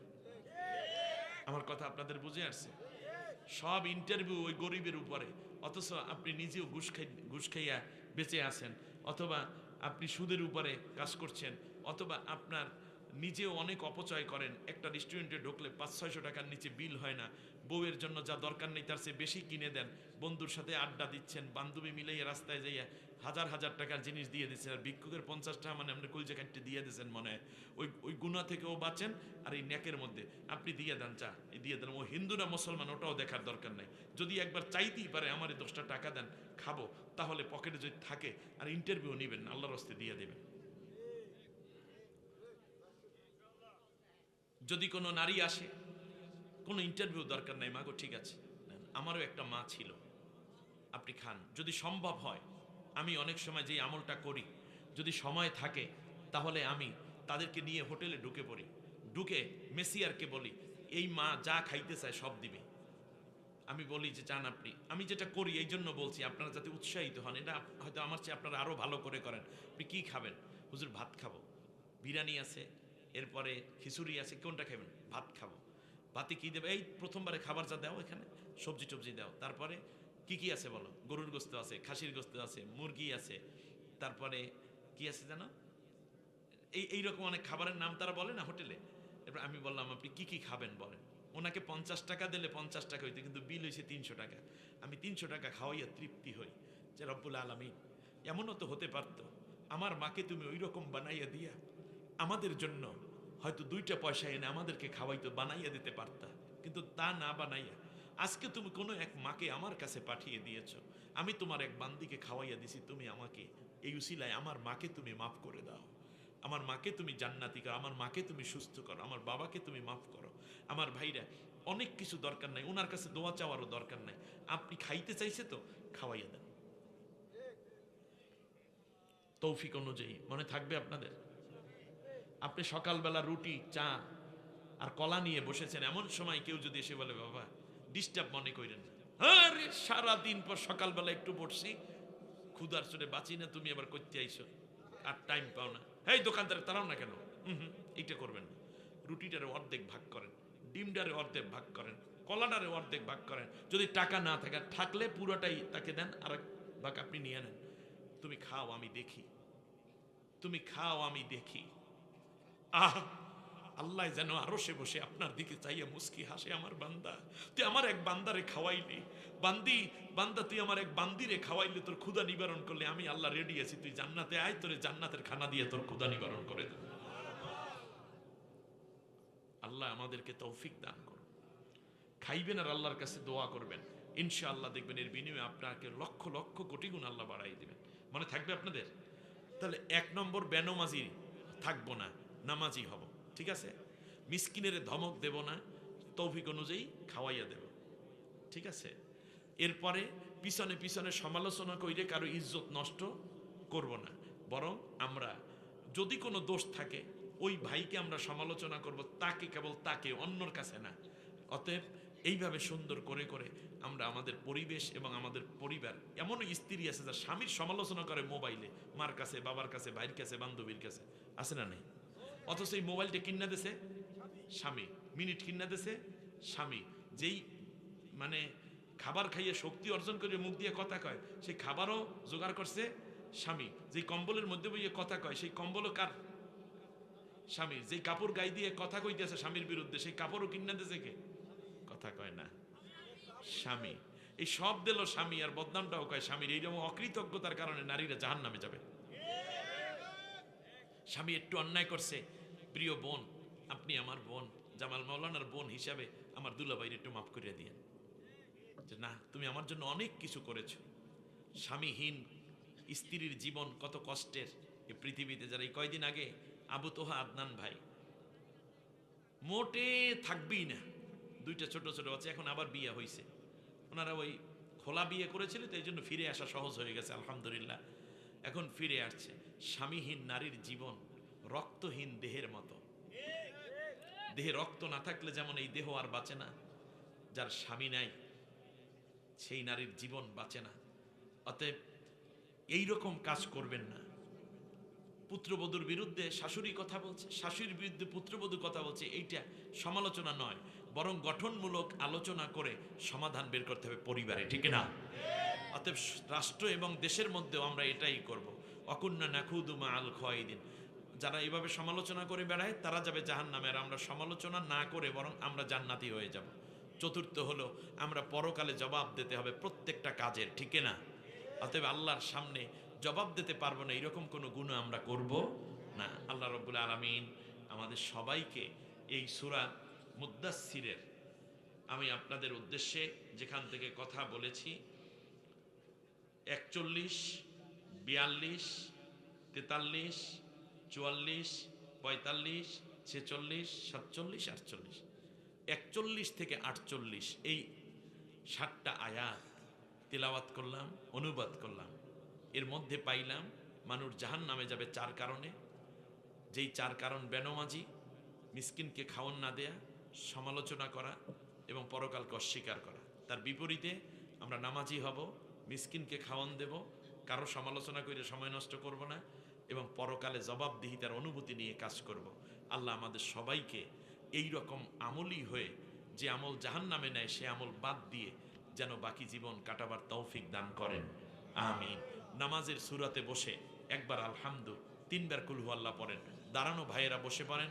মা বোন যারা পর্দার আড়ালে রয়েছেন তারা মেহেরবানি করে নামাজের সূরাতে বসেন। যারা মাইকের আওয়াজ যাচ্ছে অনেক দূরে, আয়োজন অনেক সুন্দর আলহামদুলিল্লাহ। গ্রামের মধ্যে এর চেয়ে ভালো আয়োজন আর হতে পারে না, কিন্তু আলহামদুলিল্লাহ আপনারাও অনেক উপস্থিত হয়েছেন, অনেক কষ্ট করেছেন। আমি একটু সময় বাড়িয়ে ফেললাম, আধা ঘন্টা বেশি হয়ে গেছে, আমাকে মাফ করে দিবেন। আমি চেয়েছিলাম খুব এক্সক্লুসিভলি শর্ট করব, কিন্তু দেখা যায় সেমিনার প্রোগ্রামে শিক্ষিত থাকে বেশি, যার কারণে অল্পেতে বলে চলে যায়। কিন্তু এখানে তো অনেক গ্রামের চাষাবুষা মুসল্লিও আছে না, যাদেরকে একটু বুঝাইয়া না বললে ওনারা পরে ভালো বুঝবেন না। এই জন্য একটু সময় আধা ঘন্টা বেশি নিলাম, আমাকে মাফ করে দিবেন। আমার কোনো কথায় যদি আপনারা কষ্ট পান, আল্লাহর ওয়াস্তে মাফ করে দিয়ে আমার জন্য দোয়া করে দিবেন, যেন সামনের দিনগুলো কোরআনের জন্য আরও বেশি আল্লাহ যেন ময়দানে কথা বলার তৌফিক দেন। বিসমিল্লাহির রহমানির রহিম। আসসালামু আলাইকুম ইয়া আহলাদ দিয়ার আনতুম দাখিলুন ওয়া নাহনু আলহামদুলিল্লাহি রাব্বিল আলামিন। সুবহানাল্লাহ। ইয়াসআ নূরুহুম বাইনা আইদিহিম ওয়া বিআইমানিহিম। আল্লাহ রাব্বুল আলামিন বলেন, এই কঠিন পরিস্থিতিতে আল্লাহ রাব্বুল আলামিন একদল নেককার মানুষকে নূরের সিঁড়ি ফালাইয়া দিয়া আল্লাহ রাব্বুল আলামিন বলবেন, এবার তোমরা জান্নাতের দিকে আসো। 2 দিকে নূর চমকাবে, এই দিকে জান্নাতি মানুষগুলো জান্নাতের দিকে যাবে। এখন জান্নাতি কারা হলো? জান্নাত এবং জাহান্নামের মধ্যবর্তী জায়গা। গোটা কিয়ামতের ময়দানকে আল্লাহ রাব্বুল আলামিন 2টা ভাগে ভাগ করে ফেলবেন। যেই জায়গা দিয়া রেখা টানবেন ওই রেখাটাকে আরবিতে বলা হয় আরাফ। কি বলা হয়? আরাফ। মানুষগুলো ভাগ হবে যেই জায়গায়, ওই জায়গার নাম কি? আরাফ। আরাফ নামক জায়গায় ভাগ হবে। আল্লাহ রাব্বুল আলামিন বললেন,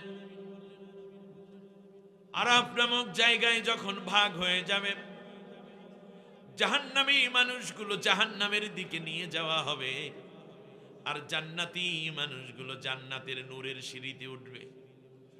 জান্নাতি মানুষ যেটা বুঝবা কেমনে?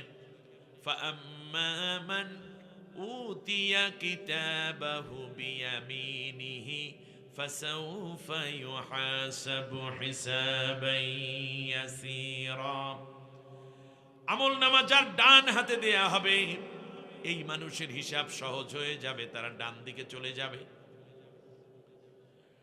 উজুহু ইয়াওমাইযিম মুসফিরাতুন দাহিকাতুম মুস্তাবশিরা। আমলনামা ডান হাতে পাওয়ার সাথে সাথে পূর্ণিমার চাঁদের মতো তার চেহারাটা উজ্জ্বল হয়ে যাবে। সুবহানাল্লাহ। অপরদিকে যাদের আমলনামা বাম হাতে দেয়া হবে, তারা আফসোস করবে, লামুতিয়া কিতাবিয়া, কি দরকার ছিল আজকে যদি আমার আমলনামা নাই দেয়া হতো, তাহলে বরং ভালো হতো। সাথে সাথে তাদের চেহারা চিন্তা, পেরেশানি, দুশ্চিন্তা, টেনশনে এমন হয়ে যাবে, ওয়াজুহু ইয়াউমাইযিন আলাইহা গাবারা তারহাকুহা কতারা উলাইকা হুমুল কাফারাতুল ফাজারা। তাদের চেহারাটা মিশ কালো হয়ে যাবে, গহীন অন্ধকারে তাদের চেহারা পেরেশানিতে ঢেকে যাবে, আফসোস করতে থাকবে। ইয়াউমা ইয়া'আদ্দু যালিমু আলা ইয়াদাই।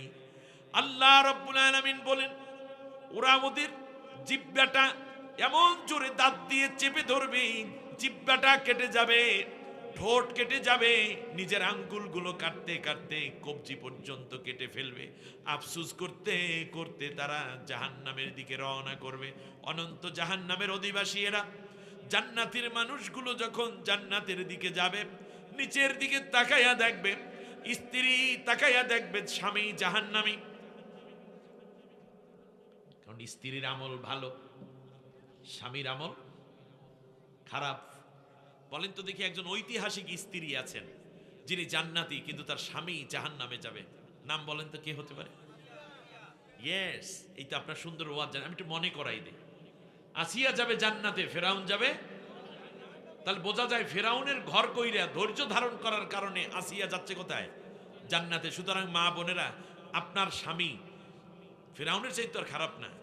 অতএব এর ঘর করেন, ধৈর্য ধারণ করেন, সতীত্ব বজায় রাখেন, আপনি অবশ্যই জান্নাতি হতে পারবেন। কিন্তু স্বামীর সাথে আপনি অসৎ আচরণ করেন না। আসিয়া রাদিয়াল্লাহু তাআলা আনহা সমর্থন দিয়েছেন মুসা আলাইহিস সালামকে, আর ফেরাউন চাচ্ছে তুমি আমাকে সমর্থন দাও।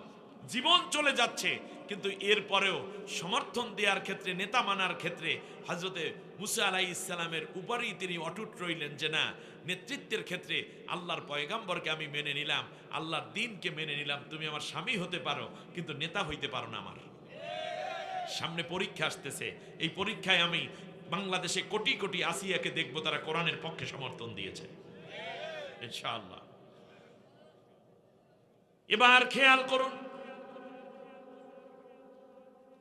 এই নাগেশ্বরীরও বহু মানুষ আছে, স্বামী জাহান্নামে যাবে, স্ত্রী জান্নাতে যাবে। এবার আবার একটা কোশ্চেন করি, তার বিপরীতে স্বামী জান্নাতি, স্ত্রী জাহান্নামী। বলেন তো দেখি এরকম উদাহরণ একটা দেন দেখি। নূহ এবং লূত, আলেম মানুষ। তাদের দুইজন স্ত্রী নবীর স্ত্রী হওয়ার পরেও তার নবীকে সমর্থন দেয় নাই, নবীর পক্ষে থাকে নাই, যার কারণে স্ত্রী হওয়ার পরেও, নবীর স্ত্রী হওয়ার পরেও তারা যাবে জাহান্নামে।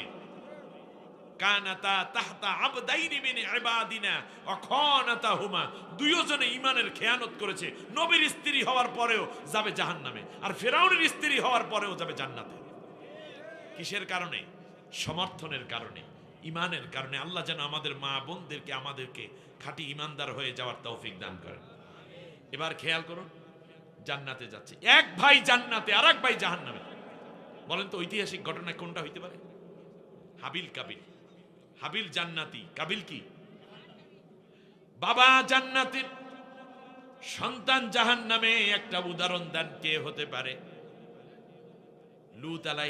নূহ আলাইহিস সালাম জান্নাতি, ছেলে কেনান জাহান্নামী। আর একটা উদাহরণ দিয়ে দেন দেখি, কোরআনের মধ্যে এই কথাগুলো আছে, ছেলে জান্নাতি, বাবা জাহান্নামী। মাশাআল্লাহ, ইব্রাহিম আলাইহিস সালাম। এমনি করে করে হাজার রকমের দৃষ্টান্ত স্থাপন হবে। জান্নাতি মানুষগুলো জাহান্নামী মানুষগুলোর দিকে তাকাইয়া দেখবে, অতি আপনজন, প্রিয়জন, কাছের জনরাই জাহান্নামে যাচ্ছে। এই নাগাইশ এলাকা আপনারা দেখতে পাবেন কতিপয় মানুষ জাহান্নামে চলে যাচ্ছে, আর আপনি জান্নাতে যাচ্ছেন। কোন কোন মেয়ে জান্নাতি, মা জাহান্নামী, বন্ধু জান্নাতি আর এক বন্ধু জাহান্নামী। দোকানদার জান্নাতি, কাস্টমার জাহান্নামী, আবার কাস্টমার জান্নাতি, দোকানদার জাহান্নামী। নেতা জাহান্নামী, কর্মী জান্নাতি, আবার কর্মী জাহান্নামী, নেতা জান্নাতি। এইরকম অনেকগুলো দৃশ্যপট যখন সামনে চলে আসবে, জিজ্ঞেস করবে আমার দোস্ত, আমার ভাই, আমার মামা, আমার চাচা, আমার স্বামী, আমার স্ত্রী। জান্নাতি মানুষগুলো জাহান্নামীদেরকে লক্ষ্য করে প্রশ্ন করবে। আমার সাথে পড়েন, বিসমিল্লাহির রহমানির রহিম। পরম করুণাময়, অসীম দয়ালু আল্লাহর নামে শুরু করছি। ফি জান্নাতি ইয়াতাসাআলুনা আনিল মুজরিমিন মা সালাকাকুম ফি সাকার قالوا لم نك من المصلين ولم نك নুতঈমুল মিসকিন ওয়া কুন্না নাখুযু মা'আল খাইদিন ওয়া কুন্না নুকাযযিবু বিয়াউমিদ্দিন হাত্তা আতানাল ইয়াকিন।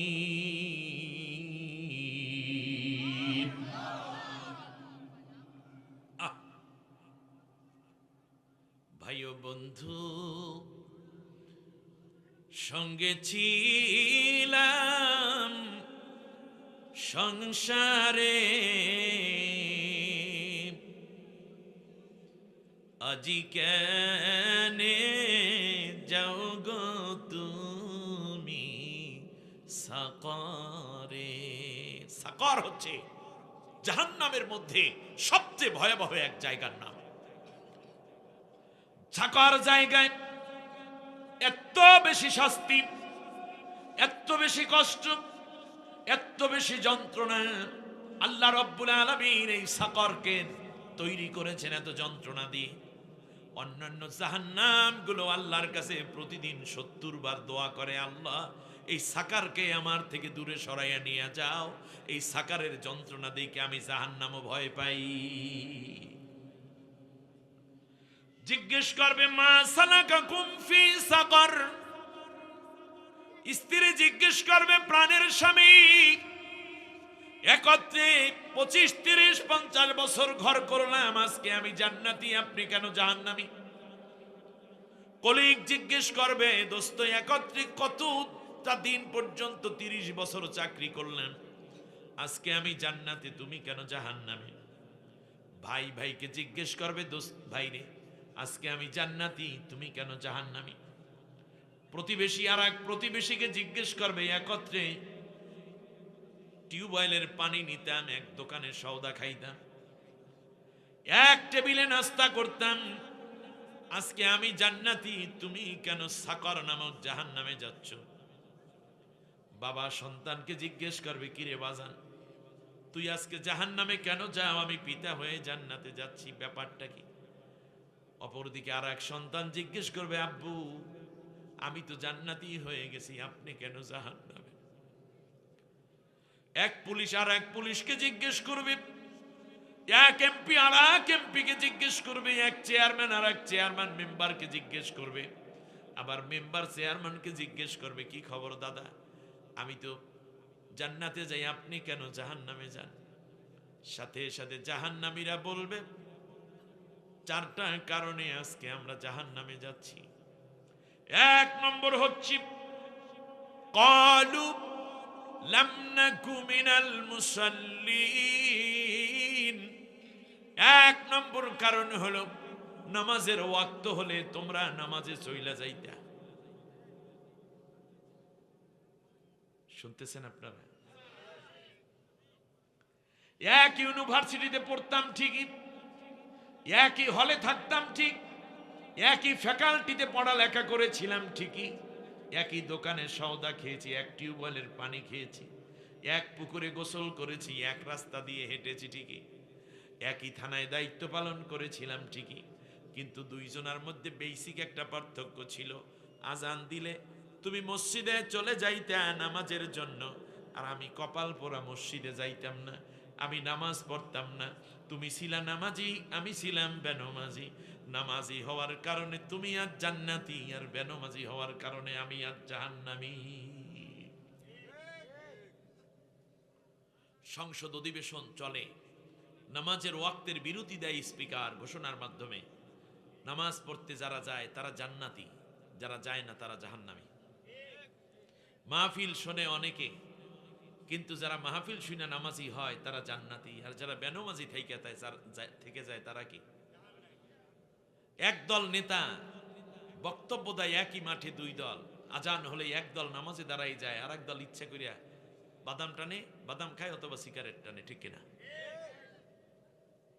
জান্নাতি না জাহান্নামী হব, আজ ডিসিশন নেয়ার সময় এসেছে। অতএব 1 নম্বর জাহান্নামে যাওয়ার 1 নম্বর কারণ নামাজি না হওয়া, ঠিক কিনা বলেন? যারা বেনমাজি তারা যাবে কোথায়? আরো জোরে বলেন, যারা বেনমাজি তারা জান্নাতি না জাহান্নামী? ক্বালু লাম নাকু মিনাল মুসাল্লিন।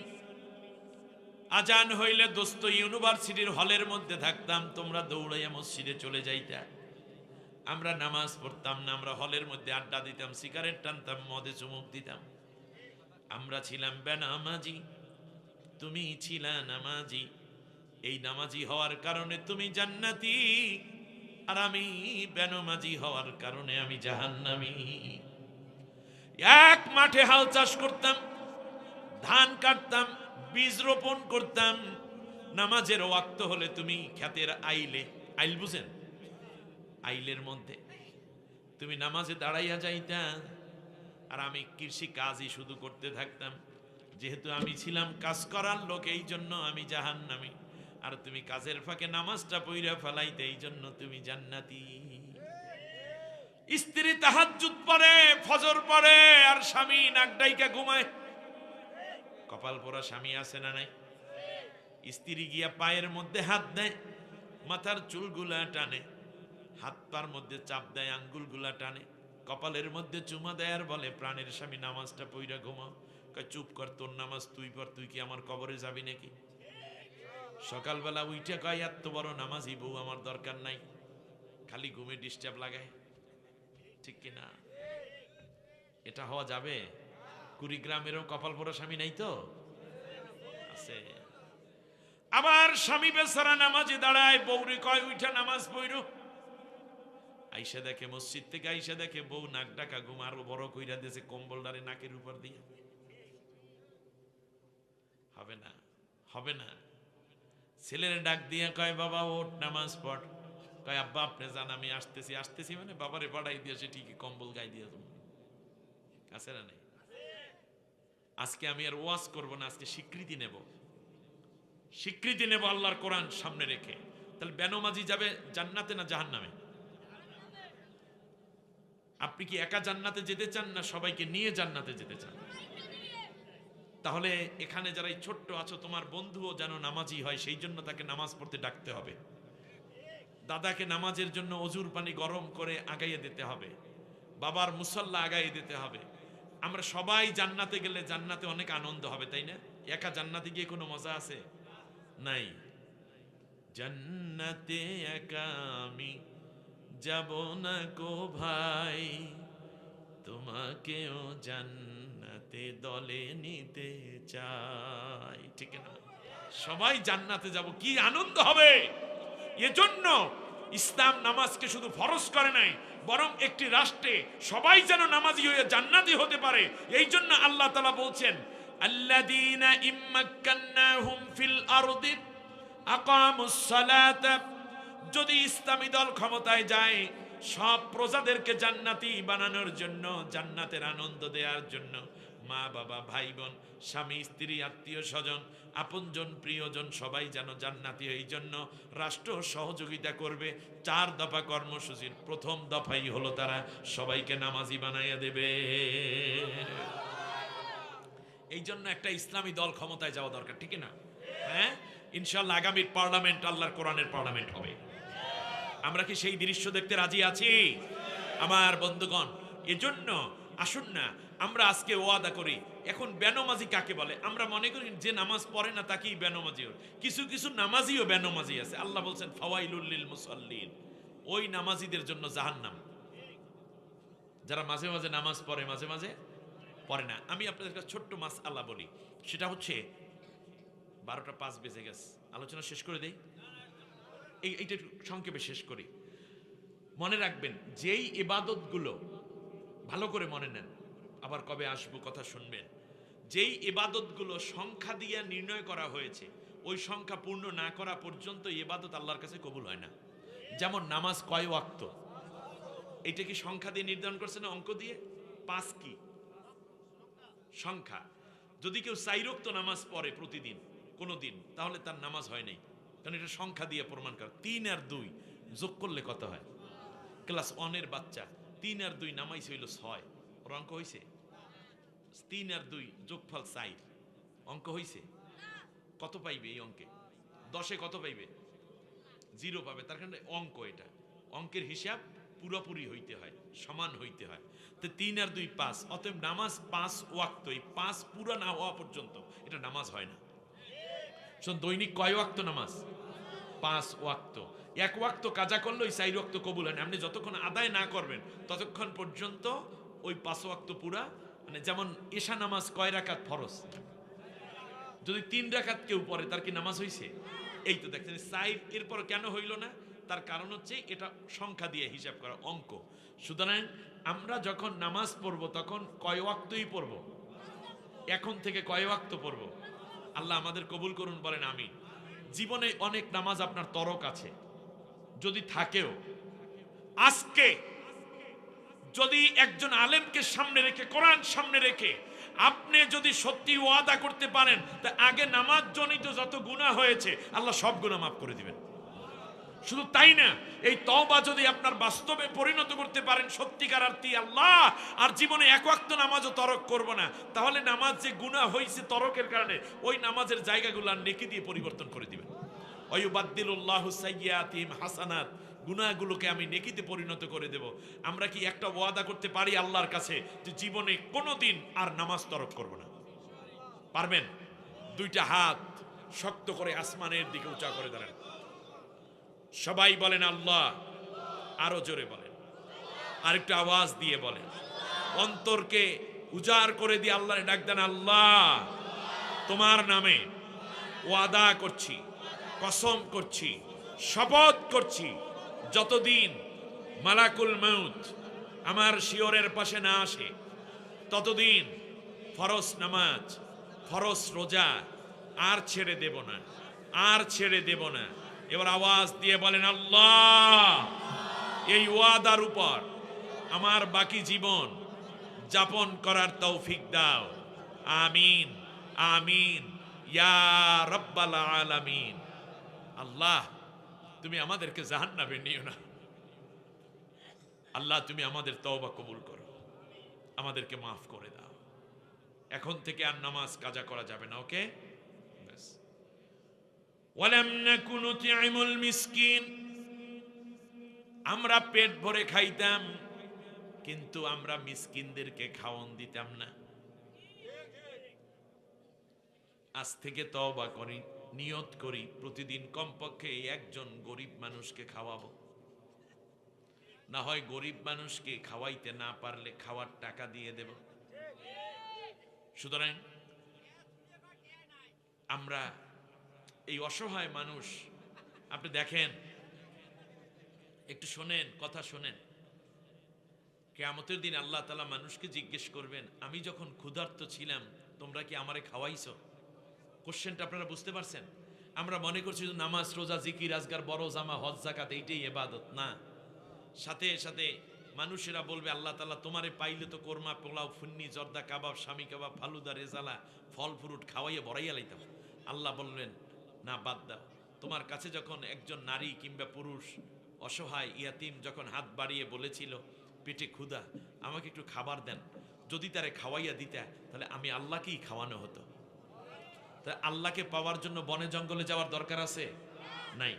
অতএব আমরা এখন থেকে মিসকিনদেরকে খাওয়াবো। যারা মিসকিনদেরকে খাওয়ান দেয় না তারা যাবে জান্নাতে না জাহান্নামে?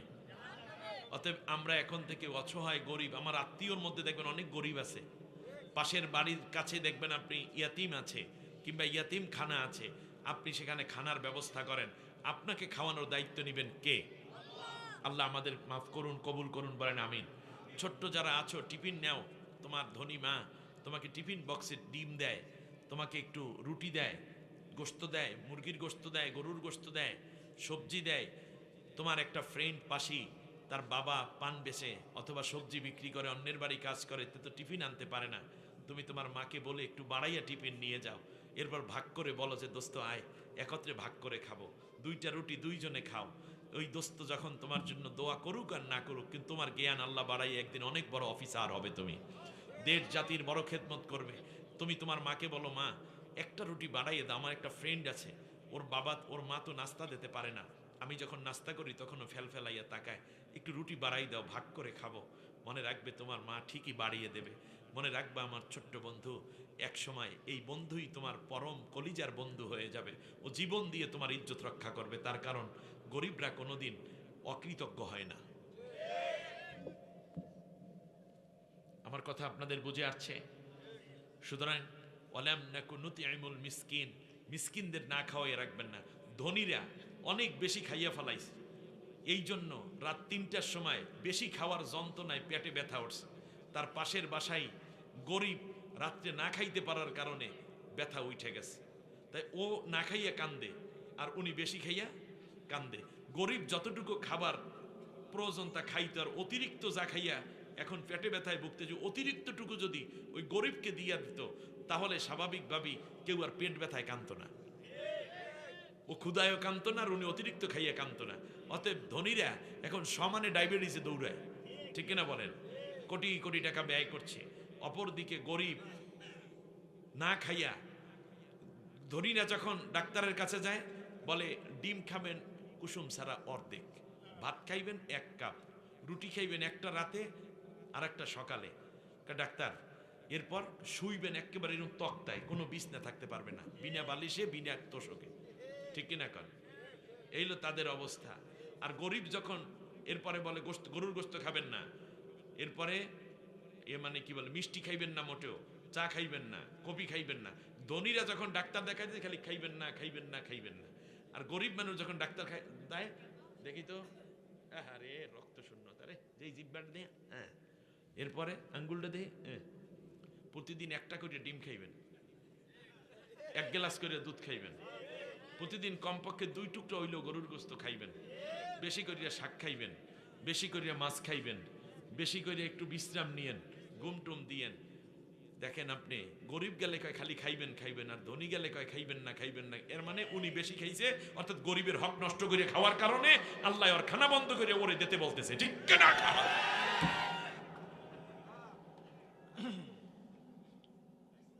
অফি আমওয়ালিহিম হাক্কুল লিসাইল ওয়াল মাহরুম। আপনি আল্লাহরে পেতে চান, গরিবের মধ্যে খুঁজুন, গরিবের মধ্যে খেদমত করেন, আপনি দেখবেন আল্লাহ আপনার হয়ে গেছে। সুবহানাল্লাহ বলেন। ওয়ালাম নাকুন নুতিইমুল মিসকিন, কয়টা কারণ গেল? 2টা। ওয়াকুন্না নাখুযু মাআল খাইদিন, আর 3য় কারণ হলো আমরা শুধু সমালোচনাকারীর সাথে সমালোচনা করতাম। আলেম ওলামার সকালবেলা পত্রিকা একটা লইছে, নাস্তিকে সিগারেট খায় কাপের এখানে, ফজরের নামাজ পড়া, তারপর যৌন কণ্ঠ লইছে হাতে, ঠিক না? এরপর প্রথম অন্ধকার, এগুলো আছে না বাংলাদেশে নাকি? পত্রিকার নাম চেনেন আপনারা? ধরা খাইছে, ধরা খাইছে। এই দেখো হুজুরে কি কইছে, এই ডাক্তার শফিকুর রহমান কি কইছে, দেখো মৌলবাদীদের কাম দেখো, এই দেখো। এইটা ওই জালেমের সময় খুব বেশি ছিল, এখন পাবলিক শক্ত হয়ে গেছে, উল্টা পাল্টা কইলে কানের গোড়ায় মারার সম্ভাবনা আছে, ঠিক কিনা? কান ইউনিভার্সিটির ছেলেরা স্লোগান দিয়েছে, চেয়েছিলাম অধিকার, হয়ে গেলাম। বোঝেন নাই আপনি? এরপর একটাই কয়, তুই রাজাকার আমি রাজাকার, তুমি কে রাজাকার আমি কে রাজাকার, বলছে কে? স্বৈরাচার, ঠিক কিনা বলেন? সুতরাং এখন আর উল্টো পাল্টা কথা কইয়া লাভ নাই। 4 ইউনিভার্সিটিতে নির্বাচন হয়েছে ছাত্র সংসদের। ইউনিভার্সিটিতে পড়ে কারা? ওই মাথা নষ্ট নাকি বেশি মেধাবীরা? সবচেয়ে বেশি মেধাবীরাই তো ইউনিভার্সিটিগুলো, Dhaka university, Rajshahi university, Chattogram university, Jahangirnagar university. এই মেধাবীরা তারা বুঝতে পেরেছে যে এতদিন পর্যন্ত আমাদেরকে জালেম সরকার যা বুঝাইছে সব ভুল, এরাই সবচেয়ে ভালো, এরাই চরিত্র ভালো, এরা মেয়েদের ইজ্জত দিতে জানে, এরা ছাত্র সংসদের নেতা হলে মেয়েদের ইজ্জত লুণ্ঠন হবে না, মেয়েদের হলে ছেলেরা ঢুকতে পারবে না, চাঁদাবাজি হবে না, মাদক এই ক্যাম্পাসে ঢুকতে পারবে না। অতএব আমাদের ক্যাম্পাস উন্নয়নের জন্য আমরা ছাত্র সংসদে আমরা ইসলামপন্থীদেরকে, এই মেধাবীদেরকে ভোট দেব। নিরঙ্কুশ 4 ইউনিভার্সিটি নির্বাচন হয়েছে, 4টি ইসলামী ছাত্র শিবির বিজয় করেছে। এর দ্বারা বোঝা যায় আগামীর দিন ইসলামের দিন, আগামীর দিন আল্লাহর কোরআনের বিজয়ের দিন, আগামীর পার্লামেন্ট আল্লাহর কোরআনের পার্লামেন্ট। ছাত্ররা যেহেতু বুঝে ফেলেছে, নতুন প্রজন্ম বিপ্লবীরা যেহেতু বুঝে ফেলেছে, মুরব্বীরা আমরাও বুঝে আগামীর পার্লামেন্ট কোরআনের পার্লামেন্ট দিয়ে শুধু কটা ইউনিভার্সিটি নয়, গোটা বাংলাদেশকে আমরা সংরক্ষণ করব এবং একটি সুখী সমৃদ্ধ বৈষম্যহীন একটি মানবীয় বাংলাদেশ গড়ে তুলব ইনশাআল্লাহ।